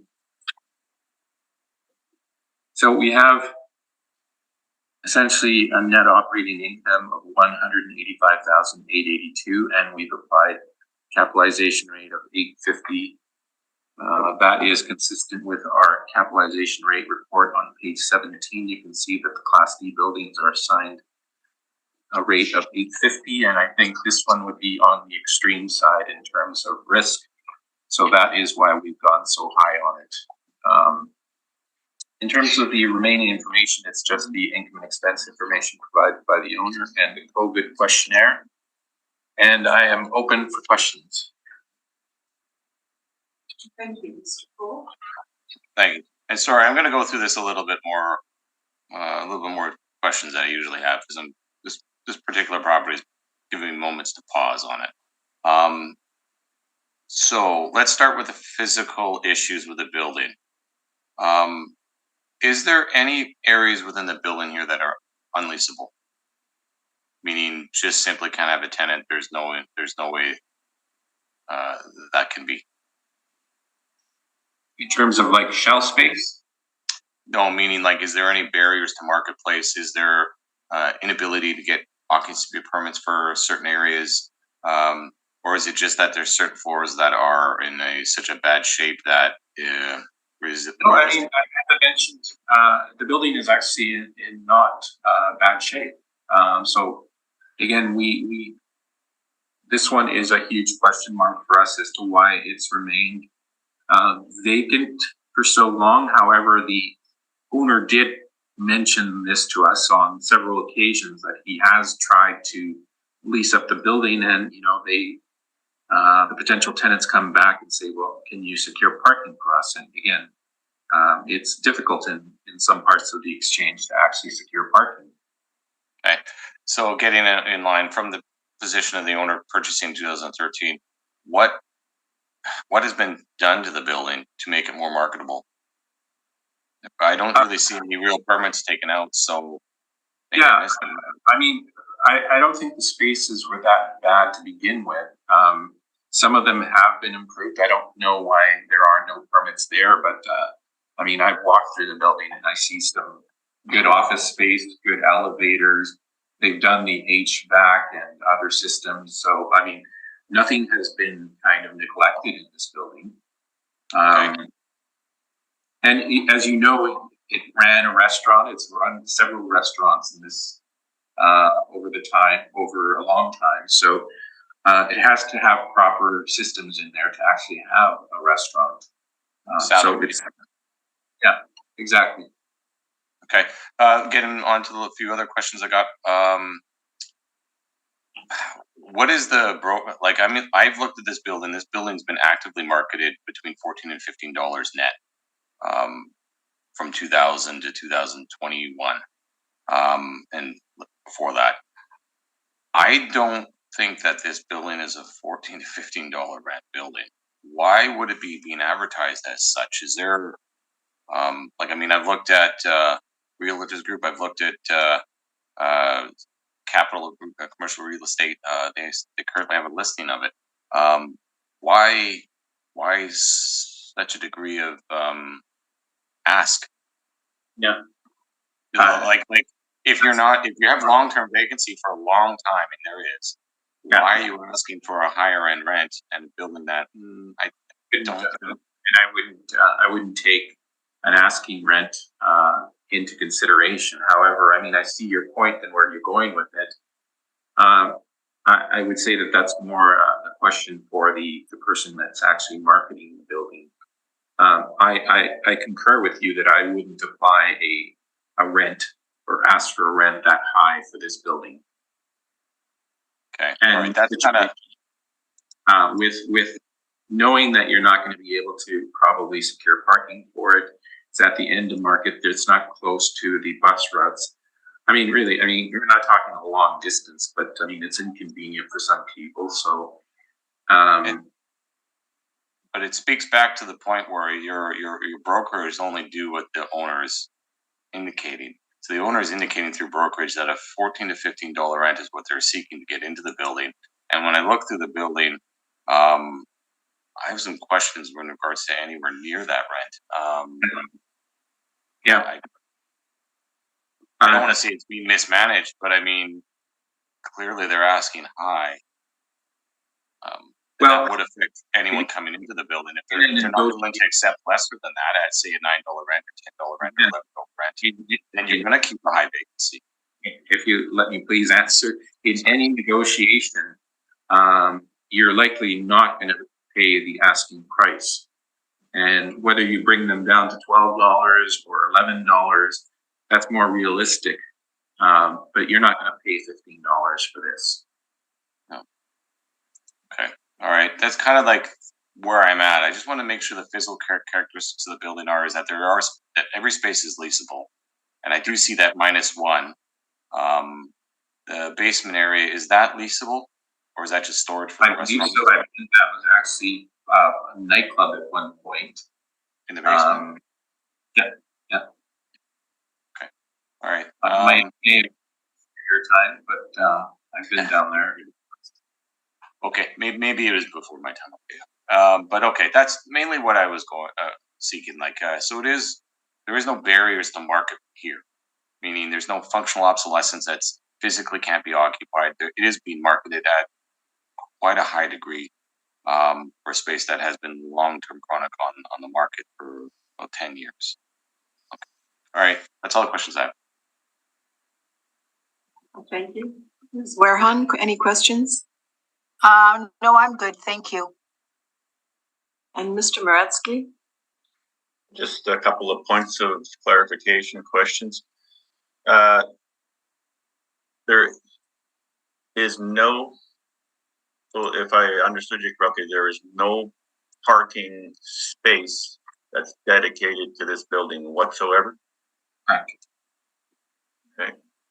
And there's very little opportunity to acquire spaces for this property. Most parking in this area is controlled by certain buildings, and they allocate that parking to those tenancies. So after hours, not an issue. After 6 p.m. you can find parking here, but those aren't office hours, right? So this situation that this building has is unique compared to the other buildings in that immediate area. Would that be accurate? Yeah, I would say that all of these buildings have their own little unique issues, but this one happens to be a little bit more, it has some disadvantages that the others don't have. Would you characterize that as the primary reason why there's such a high vacancy rate on this building? Well, that's what the owner has conveyed to me, is that when he's tried to lease up space in this building, the first question that always comes up is the parking. And unfortunately, they can't secure parking for this building. They did it one time, but again, that changed. Okay. Thank you for that. No further questions, Madam Chair. Thank you. Mr. Rivero, so that had been alluded to previously that there had been parking attached to this building, correct? Not attached. However, it was available to them. Okay, so if you look at the map on page 6, you can see that we had the property that we dealt with previously, 90 Market, is the one right beside it. Now, just beside that one to the north is a new condominium. Now, that new condominium actually used to be parking, and that is where 136 Market used to access parking for its tenancies. When was that condo built? Mr. Cole, 10 years ago, maybe? Oh, You're muted. you're muted. Mr. Pohl, you're muted. You're muted. Sorry. Off the top of my head, about 7-8 years, around no more than a decade. I remember it going up, and part of the issue is where the parking stall count went for the other lot. So, you know, if you need an exact date, I can tell you. And to the best of your knowledge, Mr. Navarro, was this building experiencing vacancy prior to that? It was experiencing vacancy prior to that, but I mean, the owners bought it with the intention of leasing it up and thinking, this is a real opportunity for us. There was parking available, I believe, from what I understand, at that time, but then they didn't have, it went away. So I don't know where they were securing parking at that time. But from what I understand, that traditionally the parking for this building was always that parking where the condo is now. So once that went away, and any other in the surrounding area went away,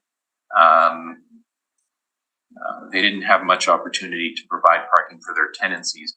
And, you know, I will also add, I mean, this is, some additional information. I mean, but there have been exchange of parking lots in here where certain buildings have acquired parking to meet their tenancies. So, you know, maybe they're not in a position to monopolize parking. Unfortunately, that's a disadvantage that they have in this area.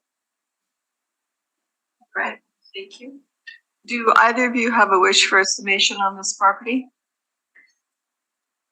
I'll have a small one. 20% vacancy is appropriate. It's not a fully vacant building. As we indicated through discovery and through information presented, that all areas are leasable and actively being marketed, but they're being marketed, in my opinion, at a $14, $15 rate, which is not market for this building. If the owner is going to sit with that expectation over a length of a decade, that's a management issue, and I'd be considering getting lower rent in there to accommodate lessen that degree of vacancy. But if the ask is going to be that great, you're going to have some issues with some long-term vacancy in this property. So, our opinion, we downgraded the investment potential of this building to a very low rate, under $10 rate. We've addressed the vacancy at 20% vacancy, which is appropriate given the occupancy of the building over the span of a decade. And I think the assessed value coming in just under $3 million is appropriate, especially when you take in all the circumstances involving the sale and the purchase, somewhat almost a decade earlier at about 3.2 million. Realistically, here I think it's just I think maybe it's time for a different management strategy with this building. I think that'd be best address the vacancy that you see. So with that, I'll leave it up to you. Thank you. Well, thank you. Mr. Navarro? I don't know. Right. We will proceed to 153 Lombard Avenue. And Mr. Pohl, whenever you are ready. I will need about a minute. Apologize.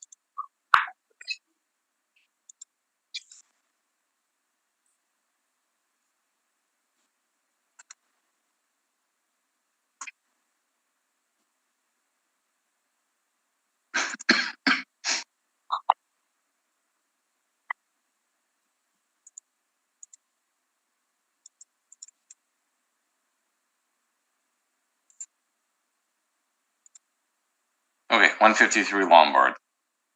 The file number is 221168. Roll number is 1306070500. The 2023 assessment is for $23,340,000. Was built in 1906, with an addition put on in 1971. We have an effective age of 1960. And we have a leasable area of 247,421 square feet. So if you look on page 2, it's located just off of Portage and Main. It's kitty quarter to Richardson Building. If you look at page 3 and 4, you see the pictures of the property. As you can see, it's a prominent building in downtown. We have it classed as a D building, and I'll go through the same comparables that I've already went through. That would be starting on page 6. So as you can see, we have the $14 range approximately, and then we supplement that with leading up to the reference, or leading up to the block of time just before the reference date between 2015 to 2017. And we have about $11.5 range that we're looking at for the 37 comparables for that.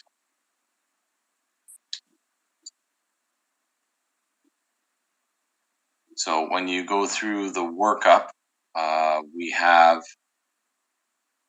bear with me here. Oh, sorry, got a little ahead of myself. If we turn to page 84 of my brief.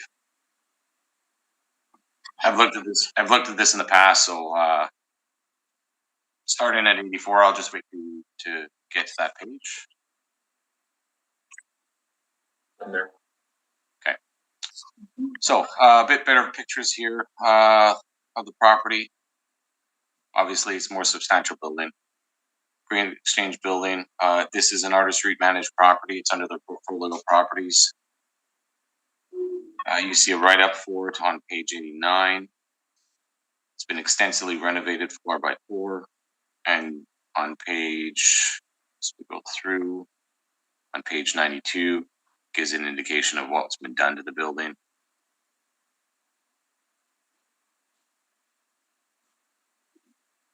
We have on page 95 an asking basic rent of $12.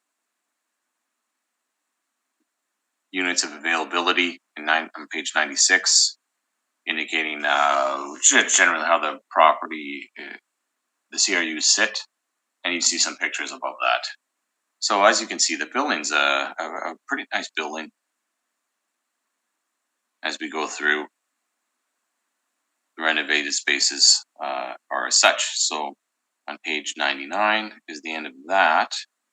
And obviously Artist REIT is Artist REIT, they're very prominent.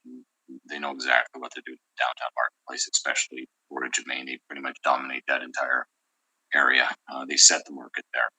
On page 100 indicates the permit values that were taken out from leading up to the reference date. So they have put quite a significant amount into interior alterations into the building to make it more marketable, which is indicating from their website as well. So from that point, we can get back to the actual workup. And if you want to go through the rent roll is stretching there as well. It's quite a lengthy rent roll.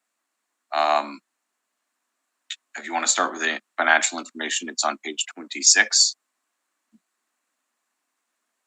and ends on page 27. And from 28 onward, you can go through the rent roll and see the rents in place that are there. So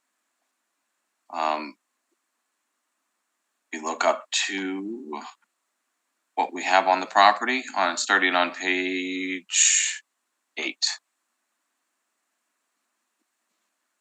Obviously, there's significant CRUs within this building, and they're smaller in nature. But we have for $247,421 or for 247,421 square feet of rentable space and $10.43 rent attached to it. So still below market, but not too below. We have a vacancy of 15% attached to the property.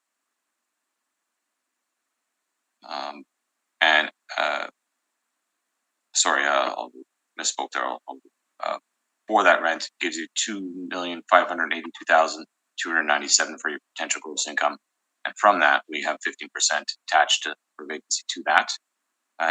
Non-recoverable expenses at 3% and a shortfall at $8 on the following page. And I apologize for being broken up the way that it is, but there's a lot of CRU spaces in there. It comes to net operating income of $1,832,198. We cap that at 7.85%, which gives us a $23,340,000. Obviously, this is a historic building. We've accounted for that, its own character. All things being said, with the renovations that took place within the building, I think around a $10.50 rent is appropriate. I think it's pretty realistic for the marketplace. So with that, I'm open to questions. Thank you, Mr. Navarro. Okay, Mr. Pohl, would you agree that most of these renovations, at least the higher end ones, have been completed probably more than 10 years ago? Generally, yeah. Mm-hmm. They put the time in then. The improvements still are in effect now. Right. And you'd agree that this is quite a large building, correct? It's a big building, and indicating the CRUs as they are. It's an older style OFD, and they're smaller in nature. Okay. And again, taking into account that we're dealing with a property that has a lot of small CRUs, and taking into account the vacancies, which I'm sure you observed just as I did, they've had some issues in terms of the type of covenants, not overly strong covenants. Would you agree? Can you restate that? Sorry. Basically, you don't have a situation like other buildings, like some of the other ones where we looked at, where you have some large predominant tenancies and then some smaller ones. In this one, it's a lot of small tenancies with not the best covenants, I would say. Yeah, there are smaller tenancies throughout the building predominantly. Sorry, I'm a little confused. Is that taken as a negative now, or is your other properties when they were an anchor tenant occupying the full building, you indicated was a negative then? So I would say this is this is a very unique situation where you have such a large building, and maybe if the building was under 100,000 square feet, it wouldn't be that big of an issue. But this building is nearly 250,000 square feet, so it's quite large. I mean, it's as large as some of our Class A office buildings, correct? Yeah, it was a prominent building for its day, obviously, and well, that day was a long time ago, though. Now, in terms of the capitalization rate, all of that's all standard model driven, correct? Yes, it is. Okay, and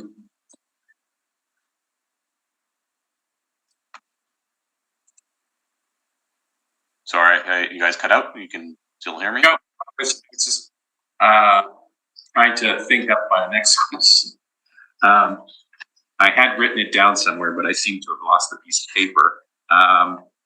In terms of a building this size and this old, you would have some pretty hefty expenses in terms of repair and maintenance, correct? As far as older buildings typically run at a greater rent per square foot to run, yeah, but that's classed appropriately. Okay. And the renovations that occurred to the property, you would think it'd be a little less than that. Artist REIT does a very good job of running their properties. I don't expect a single Artist REIT property to be mismanaged in any way. As far as investment grade put back into it, they are a REIT. Yes, those are my questions. Thank you. Thank you. Ms. Warhan, any questions to the assessor? No, I'm good, thank you. And Mr. Maratsky? Yeah, I have a few. This building is pretty old, 1906, built in 1906. Would that be accurate? Most of it was built in 1906. Yeah, there was a smaller addition put on in 71 though. By what up here?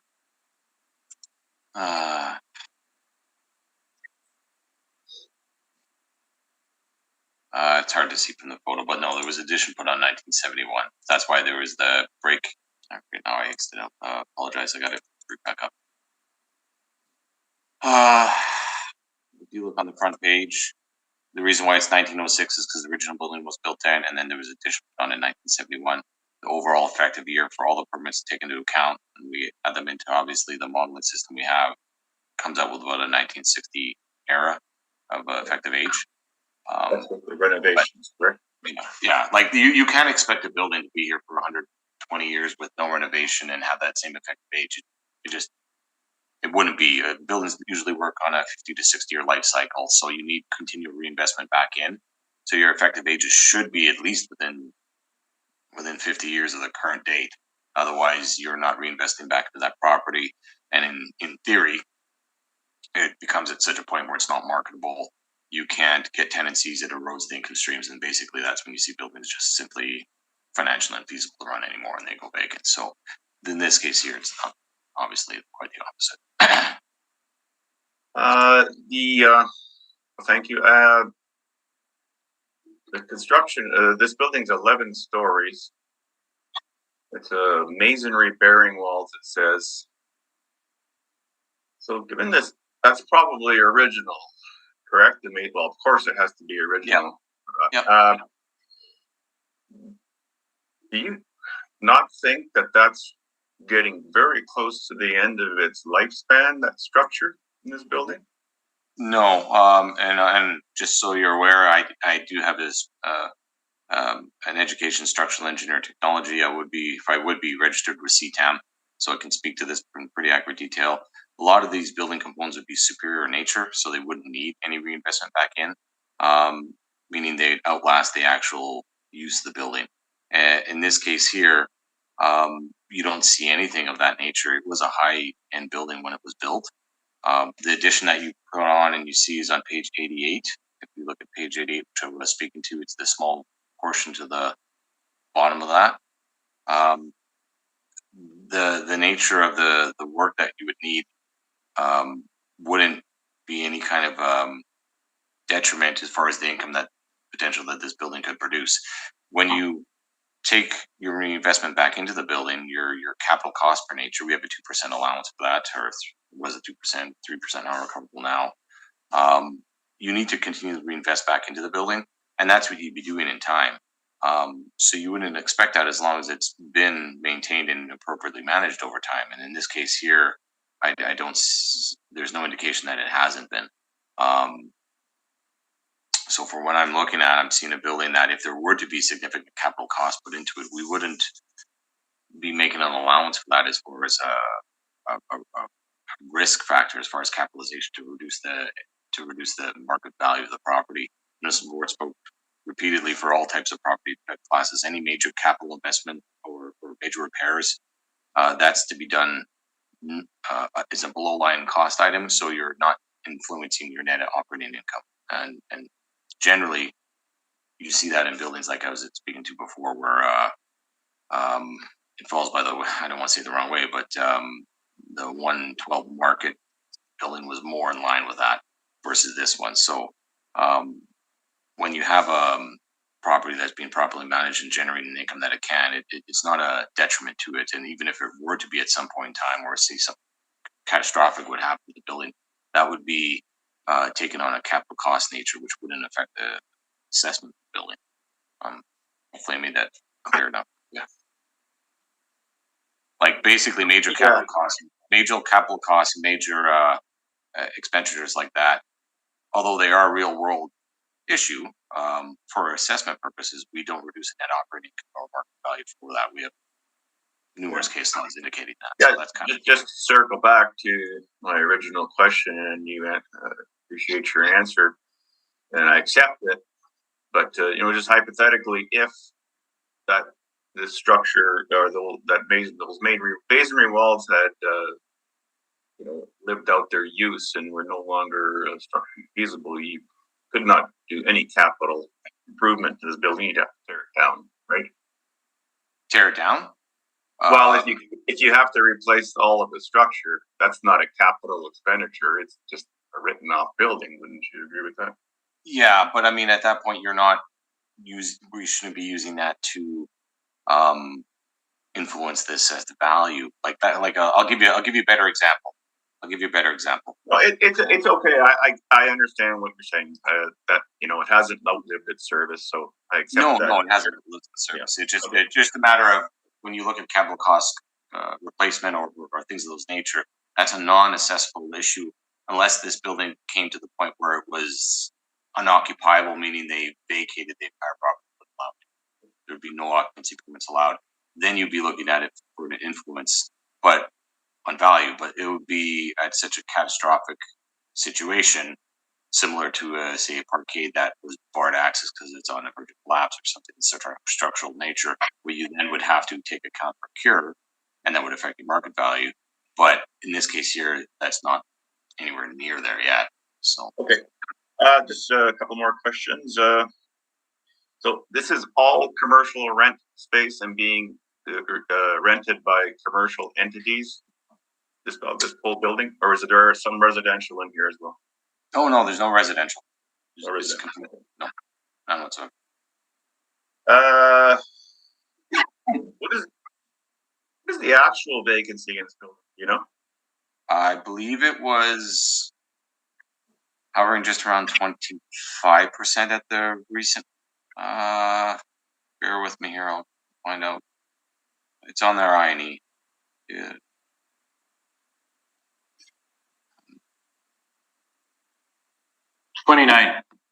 So yeah, sorry, yeah, I thought it, but is that taken into account the storage space as well? Yeah, I think it was more. everything. It's I think this building is 90% office and 10% storage. Yeah, so I think the way we looked at it, I think was more on the 25 point. But I mean, you know, you're gonna have a bit of storage area and spaces like in buildings like this that just natural. Yeah, the model has 15%.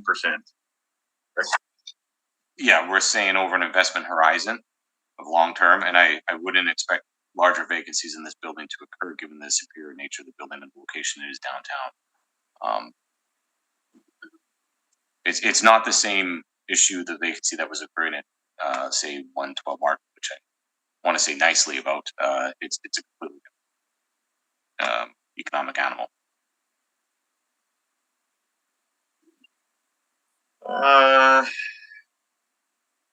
Okay, yeah, if you can just clear up that last point, like, so why is there a difference of 10% in the actual vacancy as to what the model has? That question. Difference of 10%. But you said 25% is the actual vacancy. Oh, sorry, I thought you said capitalization. What we're saying is for 112 Market, I expect that vacancy to occur like it did 10 years leading up to the sale, and it's done 10 years after. I'd expect it to occur and stay that way.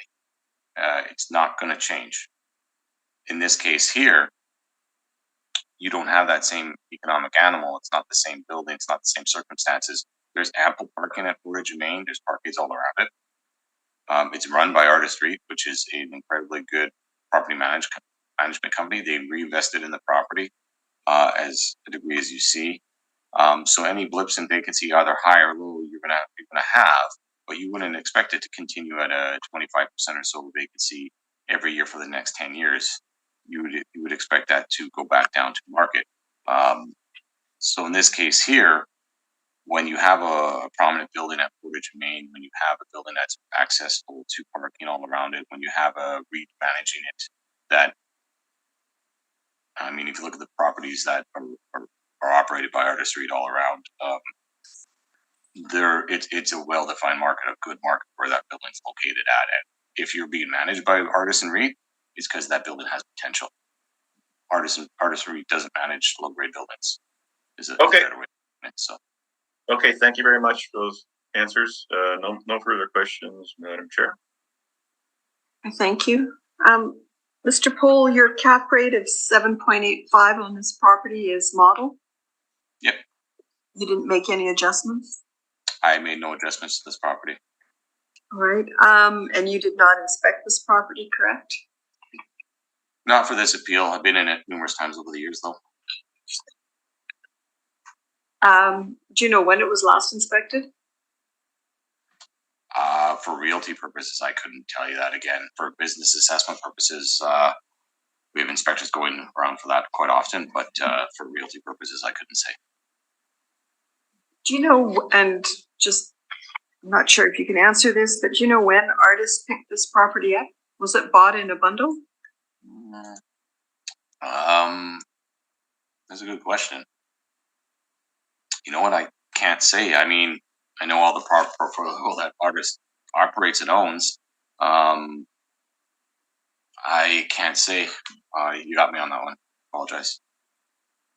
No worries. Thank you. Mr. Navarro.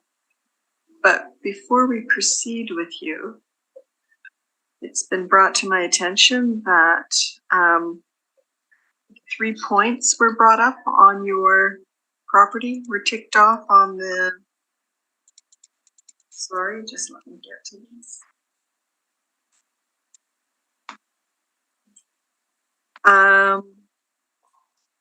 Liability and classification were ticked off.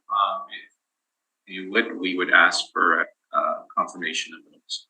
All right, thank you.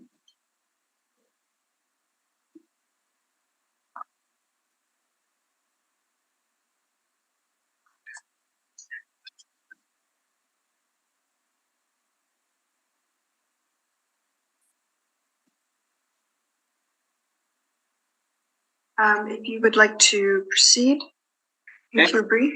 Yeah. Thank you. And I believe Stephen may have sent a recapitulation for you regarding this property. So this is 153 Lombard Avenue, and again, I was in it in this month. It's 11-story Class D building. Obviously, it's a heritage building. I have the construction phases on page 9 there, so it came in several stages. So you can see there 1906, 1913, 16, 20, 22, and finally 2020, or 1922, and then finally 1928. This building obviously is known as the Grain Exchange Building, and it was added to the historic inventory in 1992. In terms of the building itself, obviously you can see it's an old masonry style building. A lot of it's been well maintained. However, I mean, there are additional costs to maintaining a structure like this that you wouldn't necessarily recover. And obviously that means that you can't charge more rent for it. So in terms of the overall rent, I believe that we are higher than the assessor. I'll just make sure about that. Yeah, we're significantly higher. 2,856,600. That's 11.59 per square foot. We've assigned a vacancy of 17%, and obviously the record that you were looking at said 20. Again, I looked at this again and said that at this point, it's not really indicating a chronic vacancy problem at this point. And we certainly don't have enough years, I think, to really, say that it's chronic, but we did make a slight adjustment on the vacancy to 17 rather than the 20% that we went with. In terms of the shortfall, $10, non-recoverables, again, we stick to our study that we've submitted. That is 7%. So we have an expense allowance of $585,005. Net operating income of $1,785,973, to which we've applied a capitalization rate of 8%, the same as what the assessor has applied. And we have an income value of $22,324,662, or $22,325,000 rounded. In terms of the recalculation, I believe you should have that. The information from the owner, we have a short version and a long version, which includes the rent roll. I didn't see a need to kill extra trees that day, so I just included the regular version. But I am open for questions. Sure. All right. Can you hear me? All right. Just a quick question. And I'm fine with not submitting the rent roll. Artist Read I'm in the same problem. They're 50-something pages long, and they're all on a normal size paper, and no one can read them. Come to appeal today, so I'm on the boat with you. But can we turn to your page 36? Or 35 and 36, which is the income expense or the income statement submitted by Artist Read. Yeah. Can we agree that your free rent is a tenant inducement that shouldn't be included, and your rent relief, which is COVID, is a point in time that is in a typical operating? I guess I wouldn't put in the term of inducement, because not an inducement, it's kind of a specialty.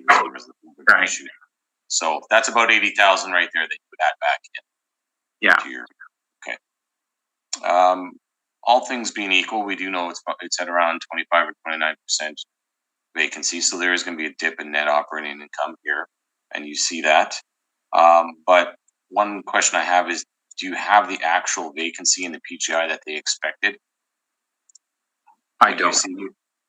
And Artist Rate typically, which they produce very good information. I have no issues other than they never give a PGI and they never give a vacancy. Always give just a collected rent. So that is confirmed to be a collected rent associated with the vacancy that's occurring.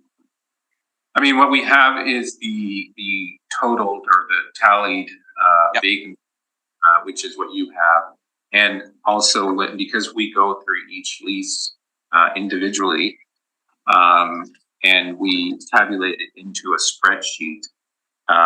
We have a more accurate account of what the vacancy is actually doing at that point. So,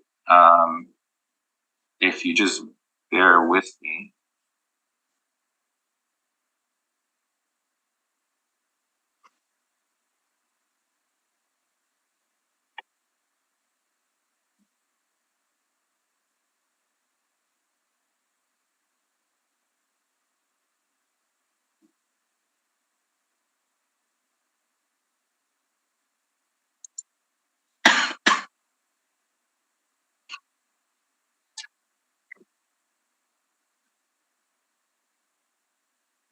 It's okay. I didn't want to put you on the spot or anything to do any calcs. No, I mean, and we go through that work ourselves when we do these evaluations or these valuations, is that we have to go through each lease individually. So you can imagine the amount of time that this one actually took to do. If you have a potential gross income that they expected for the year. No, I don't. Okay, no, that's what I was. That's in the line of way I was going with it, with associated with that and expected vacancy, and then you see what they actually occur. So just to, as a little bit of a tidbit on the office vacancies, we actually have 63,978 square feet of vacant office space. So you know that they also have the storage space. So yeah, more of the vacant space is actually coming from office than storage. Well, we typically wouldn't look at a vacancy in storage anyways, but getting to my major point. So that's about $80,000 taken off the collected rent. So that's not a PGI there. Now, if you go to lines 6 on page 36, 648 to 664.90, we see a recovered principal amortization for their capital investments and improvements they made. They're amortizing out, obviously, whether it be 20, 25 years, about $320,000. Then you see the same thing for the RM, which I'm more or less okay with. You expect RM building, then amortization of the operating costs of $115,000. What are the operating costs that they're amortizing out? You typically don't see that. Is that capital in nature, given that it's underneath? Again, Mr. Cole, I mean, I will go back to this statement that I've said to you many, many different times, is that we're not looking at the leasehold information to begin with. That is why we go through that exhaustive study of actually going through each individual lease. So whatever the leasehold is saying, we're not really paying attention to it. I mean, we use it somewhat as a barometer sometimes, just to see whether we're within a ballpark, but we also have to take into account that we, as I've said multiple times already, we do make adjustments to bring this into a fee simple. So those aren't accounted for in there. I mean, it's a good idea of what the stabilized expenses are for the property. I can tell you that.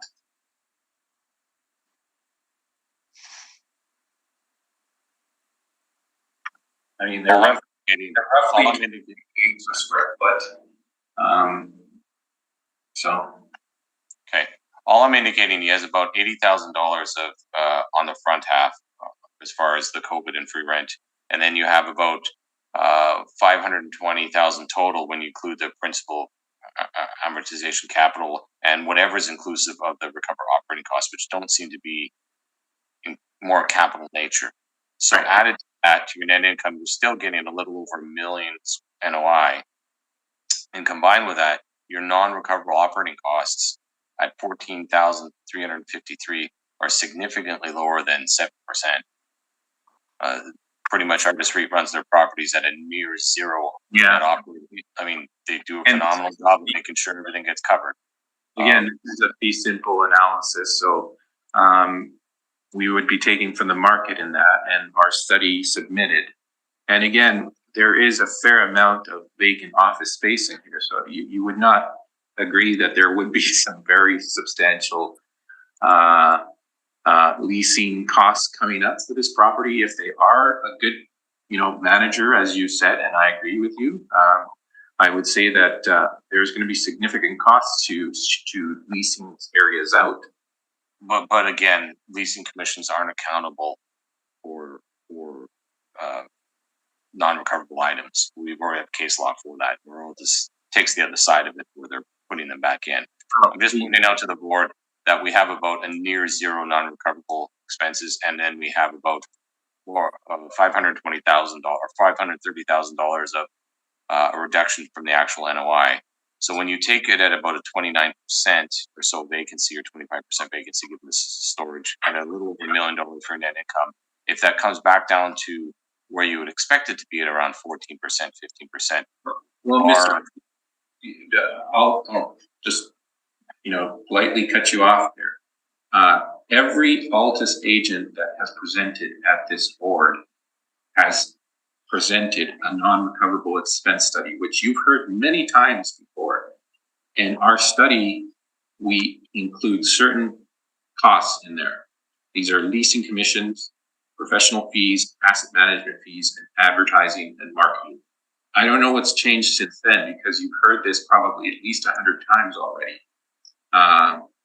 So you can bring up case law, but you haven't brought any case law into this. We actually brought our expense study in here. We've included it in every appeal that we've submitted, and you've heard it at least, I'm sure, quite a few times already. Let me phrase it another way. For a building that at the moment in time, which was at 14% vacancy in 2018 and has a bit of a blip for vacancy now, we see a near zero net non-recoverable expense items as far as non-recoverable operating costs. Even with that increase in vacancy, it's near zero, right? And you're looking at the leasehold interest there. Okay. So this is the market speaking. This is the market speaking to you, and Artis REIT runs their properties pretty much the same way everywhere. So the market is speaking to you as far as Artis REIT portfolio class properties. Adjustment on every property, Mr. Bull. All right, that's all the questions I have. Thank you. Ms. Warehan, any questions? No, I'm good, thank you. Mr. Moretsky? No questions, thank you.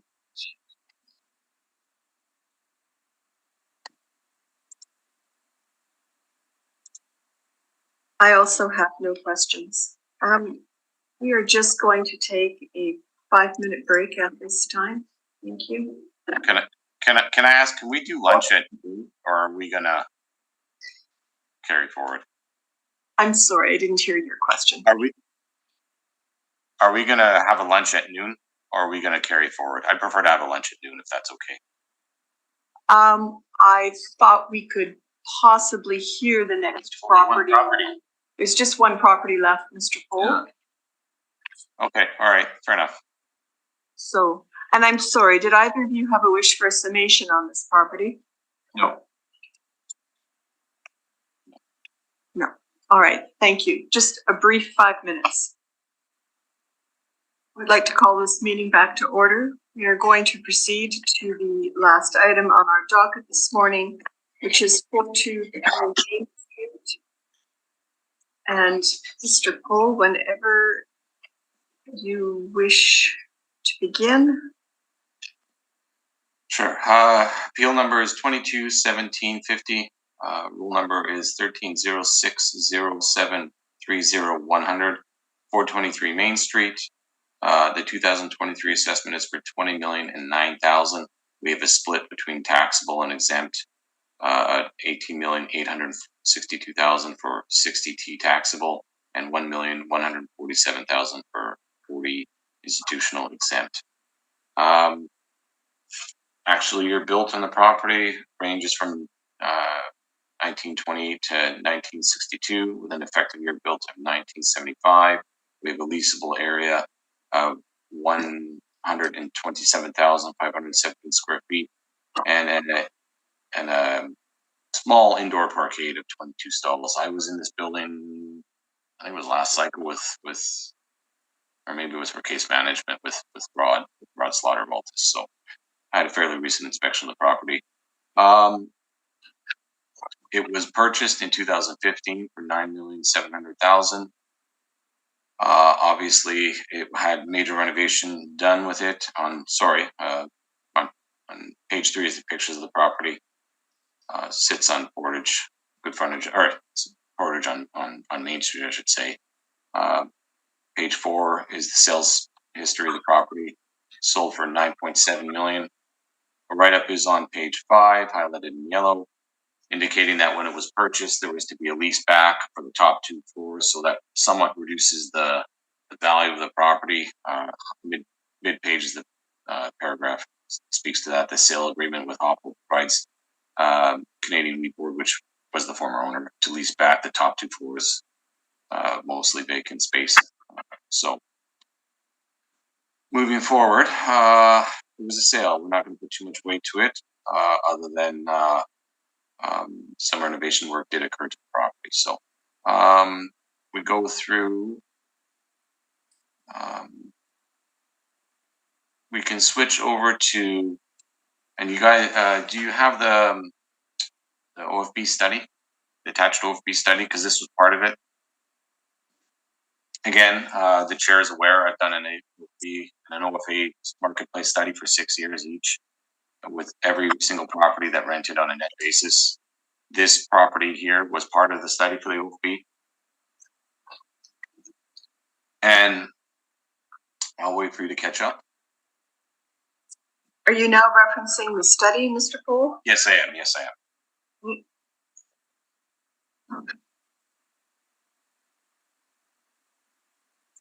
I'll just wait for everyone to catch up to the same spot.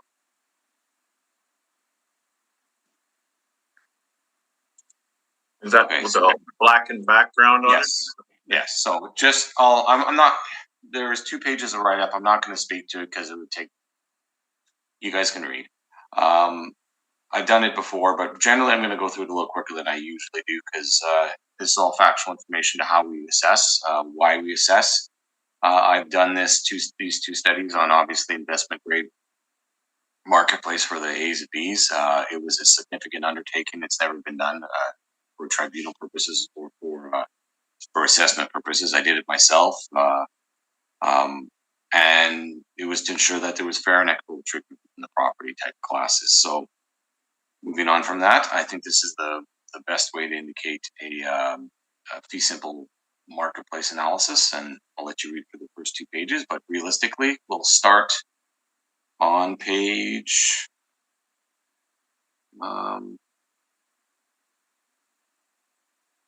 On page 8 of the analysis.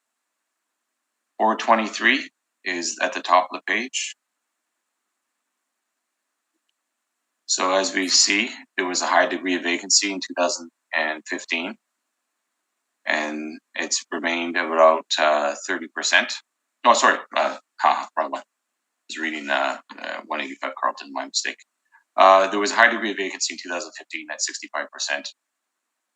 And obviously that was occurred with the sale. There was renovation done to the property. That dropped the next year to 2.9%, and it's hovered at a little under market, and then it's right at the reference window in 2020. It's at 14.6%.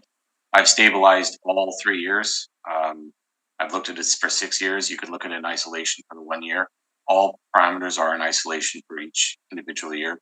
But realistically, since we are limited that we can't look into the future and do discounted cash flow in any way, we can only look at the information coming up to the reference date. So rather than relying on just the 1 year, I'm stabilizing the last 3 years because I think any potential investor would want to look at least 3 years and make their judgment call on performance of the building and how the marketplace fits within the marketplace. So, so the weighted average, what we have right at the reference date is, I should say, the weighted average for the 3 years is $13.03. We have a weighted average of $13.50 right at 2020. We have a vacancy of 14.6% at the reference date, and weighted average over the 3 years at 8.9%. Shortfall, we have $11.77 right at the 2020 year, and $12.03 for the 3-year stabilized. And non-recoverables, we have hovering just under 1%, just at 0.1% at 2020, and 0.4% for the 3 years leading up to it. So those are individual parameters. Bear with me here for one moment.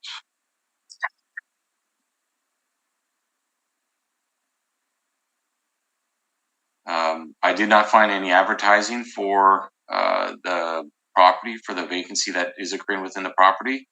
Typically, I'd look to the Johnson report, which is underneath that. This is all the same buildings that are being marketed, and spaces that are being marketed, and the rents that are being asked for, and shortfall that's associated with it. I don't believe that there was any advertised marketing. I didn't find any anyways, and the Johnson report isn't reporting any. So that's a good indication that maybe the space wasn't being actively marketed, or at least I'm unaware of it, and Johnson report was unaware of it as well. So getting back to page 4. At the very top is a chart. That is the OFB global marketplace, meaning all the properties and how generally the entire marketplace is performing. Same idea. And then below that is a graph which meets the appropriate statistical analysis is 1 standard deviation, 2 standard deviations, and 3 standard deviations, indicating where your mean averages are and your appropriate statistical review. And I can get to that if you read through the commentary. It gives more information on that. So the weighted average for the average marketplace is at $14.84 for 2020, and $14.39 for the 3-year stabilized. Vacancy, we have it about 13.3% for 2020, and weighted average for the 3 years is 12%. This is based on 217 CRUs that leased up, and rents that were replaced that caught any step-ups. Shortfall weighted average is $14.09 for 2020, and $13.88 for the average 3 years. Weighted average, I should say. Non-recoverables, again, we have at 4%, and for the 3 years averaging at 3%. So this is where we're defining our parameters at 3% for non-recoverable expenses, shortfall at $13.88, and then your vacancy hovering around $11.12, and your if you look at it from a stabilized perspective, at about $14.50 and just under $15 for your 2020 year. So below that is your chart, is your graph. So what we're saying is, and this is the most simplified way I can look at this, feel this building is an average B. It should be at the mean average, which is $14.39 for the stabilized 3 years. So again, I'm already giving the benefit of not looking at 1 year in isolation as the market's been increasing. I'm going over 3 years and stabilizing that. If I'm at a municipal board level appeal, I'm doing this. This presentation hasn't been done at the municipal board. First go is this cycle at board revision, but this will be presented in the future in this fashion. So if you think it's a below average B, then you would be somewhat in the green range, somewhat below. And if it's a B prime or a B plus, you would be somewhat above that.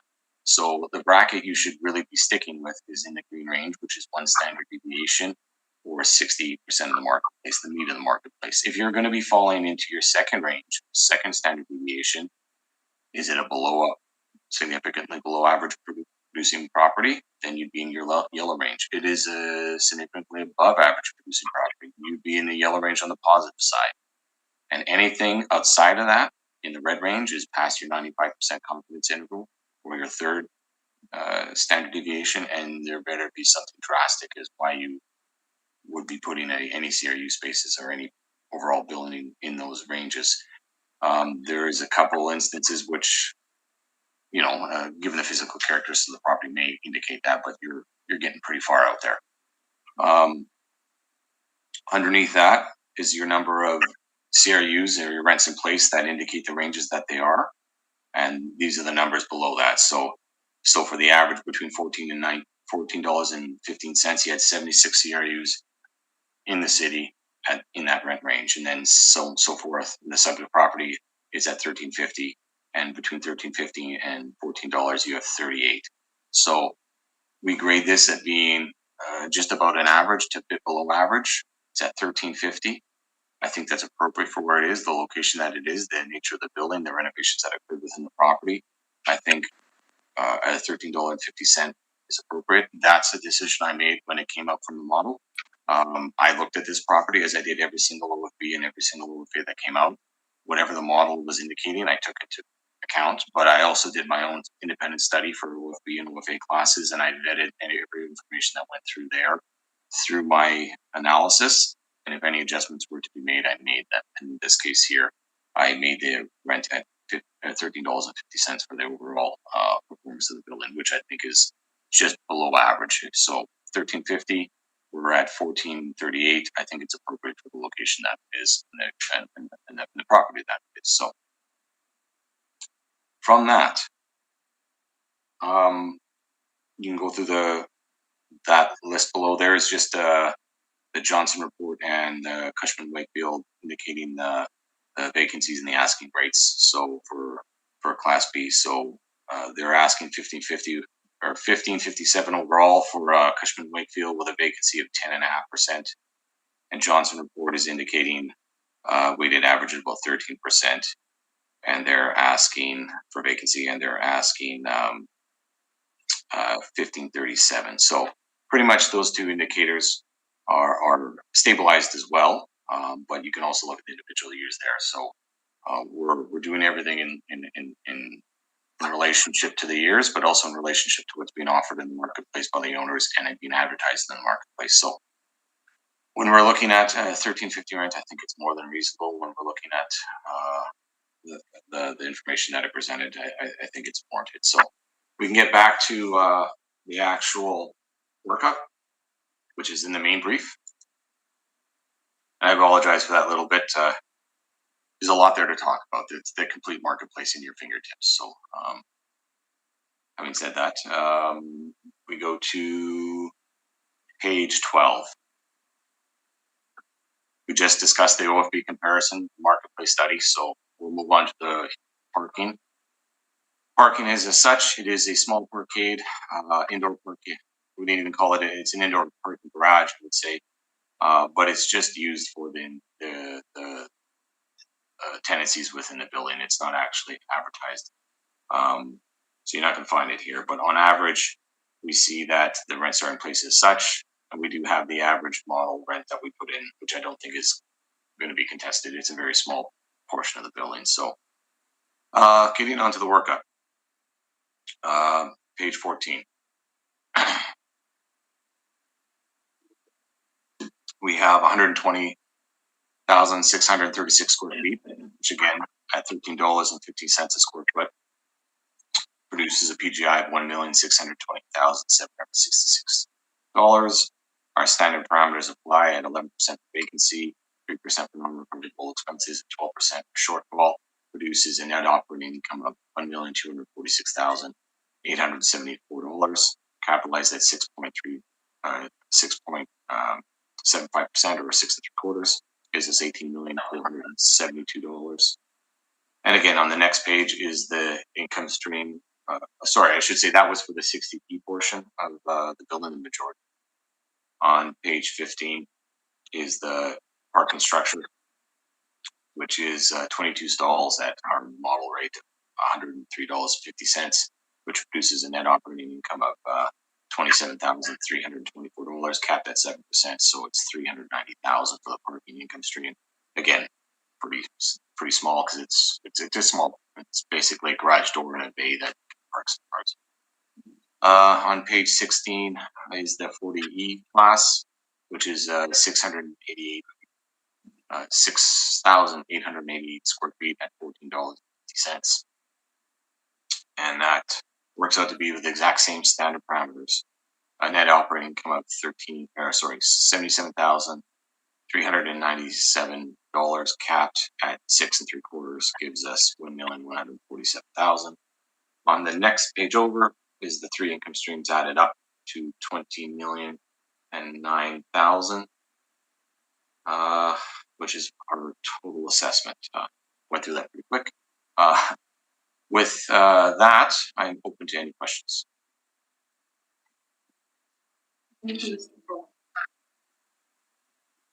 Mr. Poe, I can't comment on your study. I know it, so I've heard it once or twice before, so I don't think I need to comment on it, but I didn't actually get that study from the clerk's office, so I wasn't able to speak to it. You didn't get it? Sorry, you didn't get the study? I didn't. I don't know what to say. It was provided, but That's okay. but you've seen it. You've seen it before, right?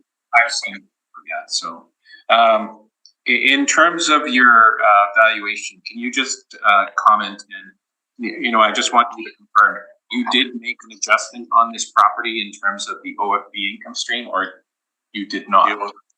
The OFB income stream, yes, I did.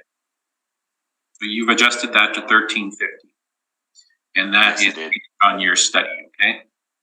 Based on the study, yes. As I indicated, I vetted the entire LFA and OFB property type class through my study. So whatever the model came out with, and generally speaking, it was very accurate. But whenever there was a bit of an issue, I would be looking at the study itself, and I'd be making adjustments as I saw appropriate. In this case here, I thought a downgrading of the rent was realistic, and that's why it's in at 350 or 1350, and that's in relationship to how the building was performing. And you can see the building on page 8 of the study. We have about a 1350 rent overall put in, leading up to the rental states. And you've made no adjustment to the vacancy, that is the modeled vacancy? Correct. Which is pretty much, again, what I determined and what also outside sources determined as well. We're all within about 1% of each other. Okay. Now, in terms of the, sorry, if you just give me a few seconds here to just orient myself.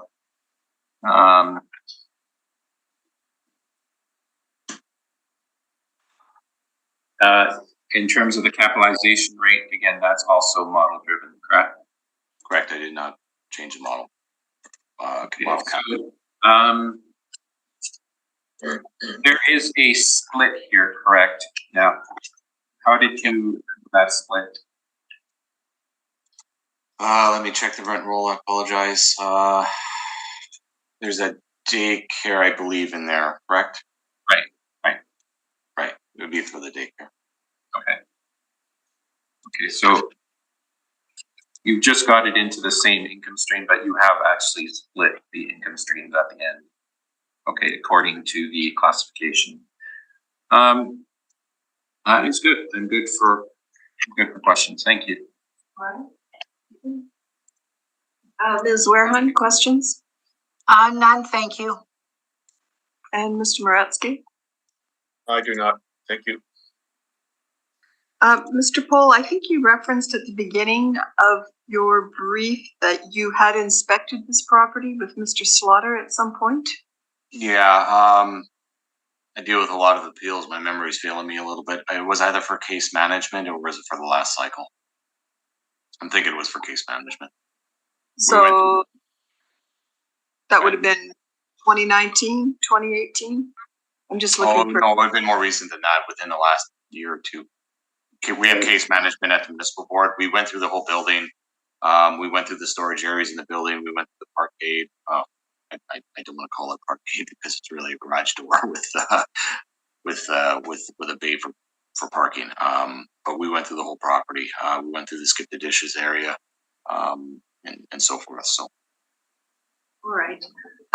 So when this property was purchased in 2015, renovations took place. Is that what I heard you say? Yes, there was a pretty big workup on the property. The WEAP board wanted to stay on as the top 2 floors as a lease back, and that would be affecting your sale price. I mean, the lease back can be at market given what the rental rates may be long term, but it may also not be. And what it turns out that I don't believe it was for Canadian WEAP board. They eventually left, so it looks like they just remained on in that location for a little bit, and that would be affecting that sale price. So I don't put much weight to the sale, other than it was a building that needed some work done to it. There was asbestos in it. It was heavily renovated as far as that perspective, and essentially went back to being an old beyond just off of Portage and Main. All right, but do you know how much the cost of the rentals was? Yeah, I can get it for you in just one moment.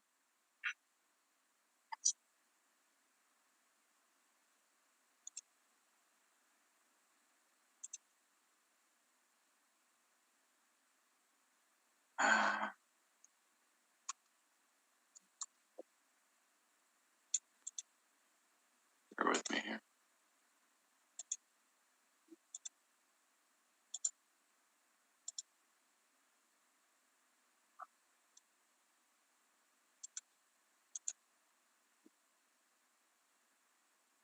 If I'm not mistaken, there was multiple permits on it. Just bear with me. I'll call them all up.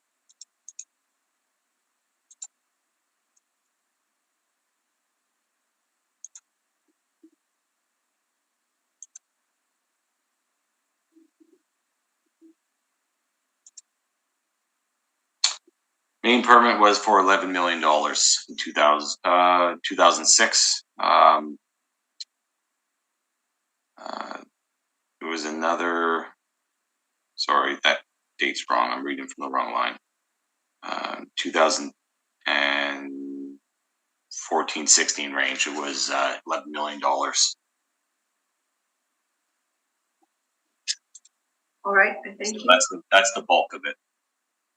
Yeah, interior alterations for existing 10 and 8-story building, Canadian Weed Board, cosmetic improvements, asbestos abatement, building upgrades, sprinkler of entire building. So there's numerous permits, but that was the main permit that was umbrella that was. All right, thank you. Mr. Navarro, if you would like to proceed. Yep, this is 423 Main Street, and many of you know it as the former Wheat Board building. What I will say about this building is that it is partially a historic building, and it is the older portion. So one side is a newer building, and the side that is closest to the office building to the right on page 7, sorry, the office building to the left, which is the glass building, which is the property that we were going to deal with at 433 Main Street. So the portion that is directly next to that is the historic portion. Now, this building has been improved. As Mr. Pohl mentioned, there were renovations, I believe, after the purchase in 2015. I believe I can actually speak to that.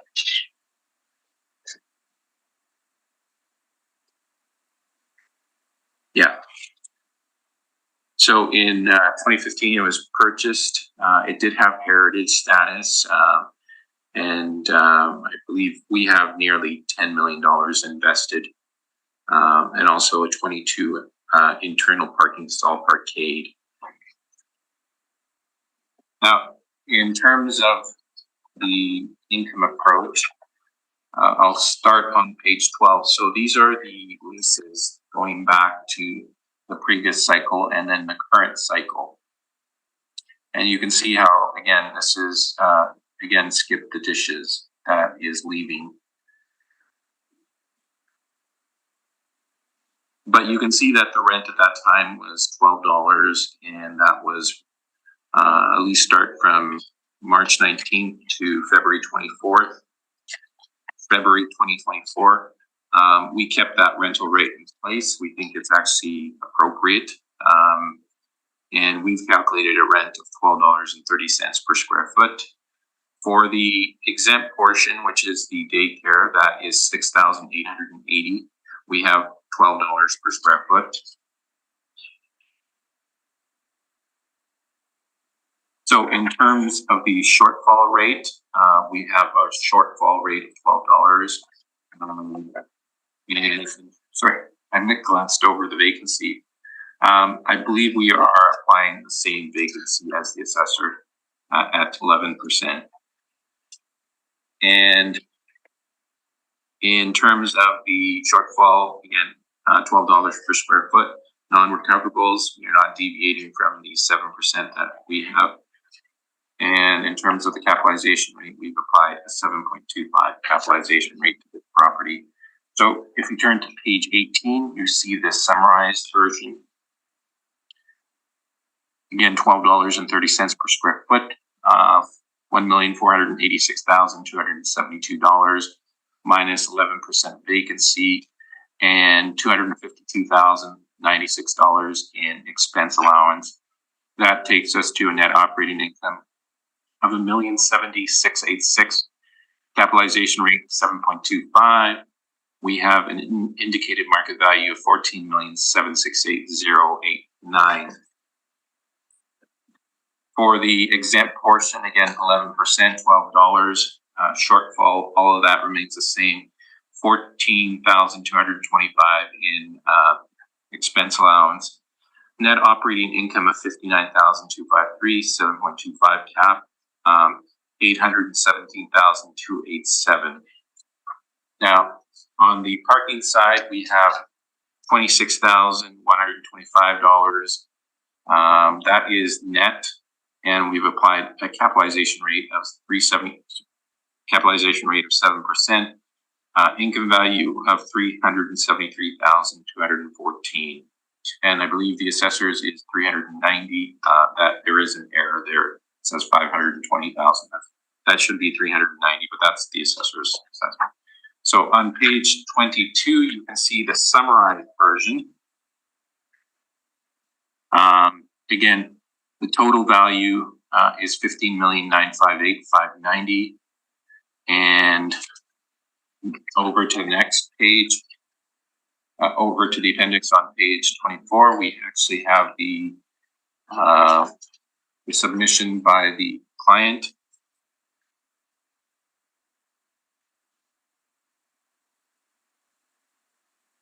And beyond that, starting on page 37, pictures. As you can see, many of these spaces have been renovated, obviously. And more pictures, and again, the article that we've included on some of the other properties for skip dishes. So I am open for questions.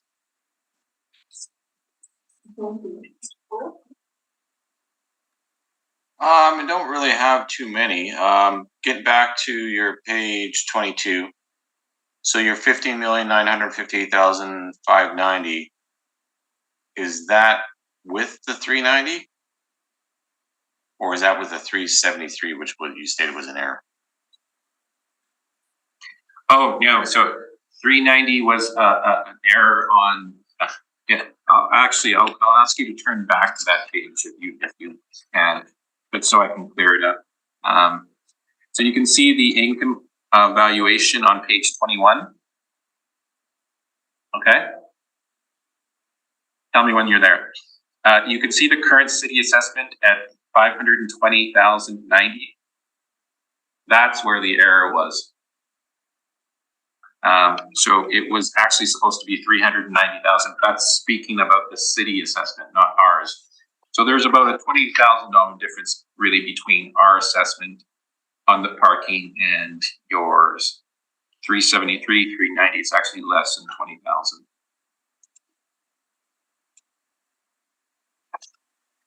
Okay, because it's not 520,000 is what we're indicating. No, yeah, that's not. All right. Your pictures pretty much sum it up. I think I was there for that inspection was brought. But yeah, no, your condition of your building is exactly as such. The storage area is right above the garage, which is a waffle slab, a high capacity slab, structural slab. Since Skip the Dish is vacated similarly to the other properties, I guess the one question I have is, what are they marketing the space at? So I don't know what it currently is, but I did look at February 2021, and at that time they were asking $14 per square foot. So Okay. again, that's an asking. Yeah, and that seems in line with what I was indicating about 1350. And I don't want to say laughably, but you indicate since we're talking about the whole docket, that's why when I was thinking $14 to $15 for 112 market, you could be here for that range. That's why. I mean, you know, so but if they're asking $14 per square foot, then I don't think they're going to get $14 per square foot. I don't even think they're going to get $13 per square foot. My study indicates they're getting exactly that leading up for 6 years leading up to the reference. So I'm just quick question on what they were actually offering. But these spaces were being offered at approaching the reference date 2 market because skip addition was leading, right? Yeah. All right, that's the only questions I had. Thank you. Thank you. Ms. Wareham, did you have any questions for Mr. Navarro? No, I'm good, thank you. And Mr. Moratsky? I have no questions, thank you. I also have no questions. Do either of you have a wish for summation on this property? Nope, I'm good. No, I'm good. All right. All the items have been heard this morning on the docket, and this meeting is adjourned. And Thank you, everyone. Have a good afternoon. Thank you. Paul and Mr. Navarro for your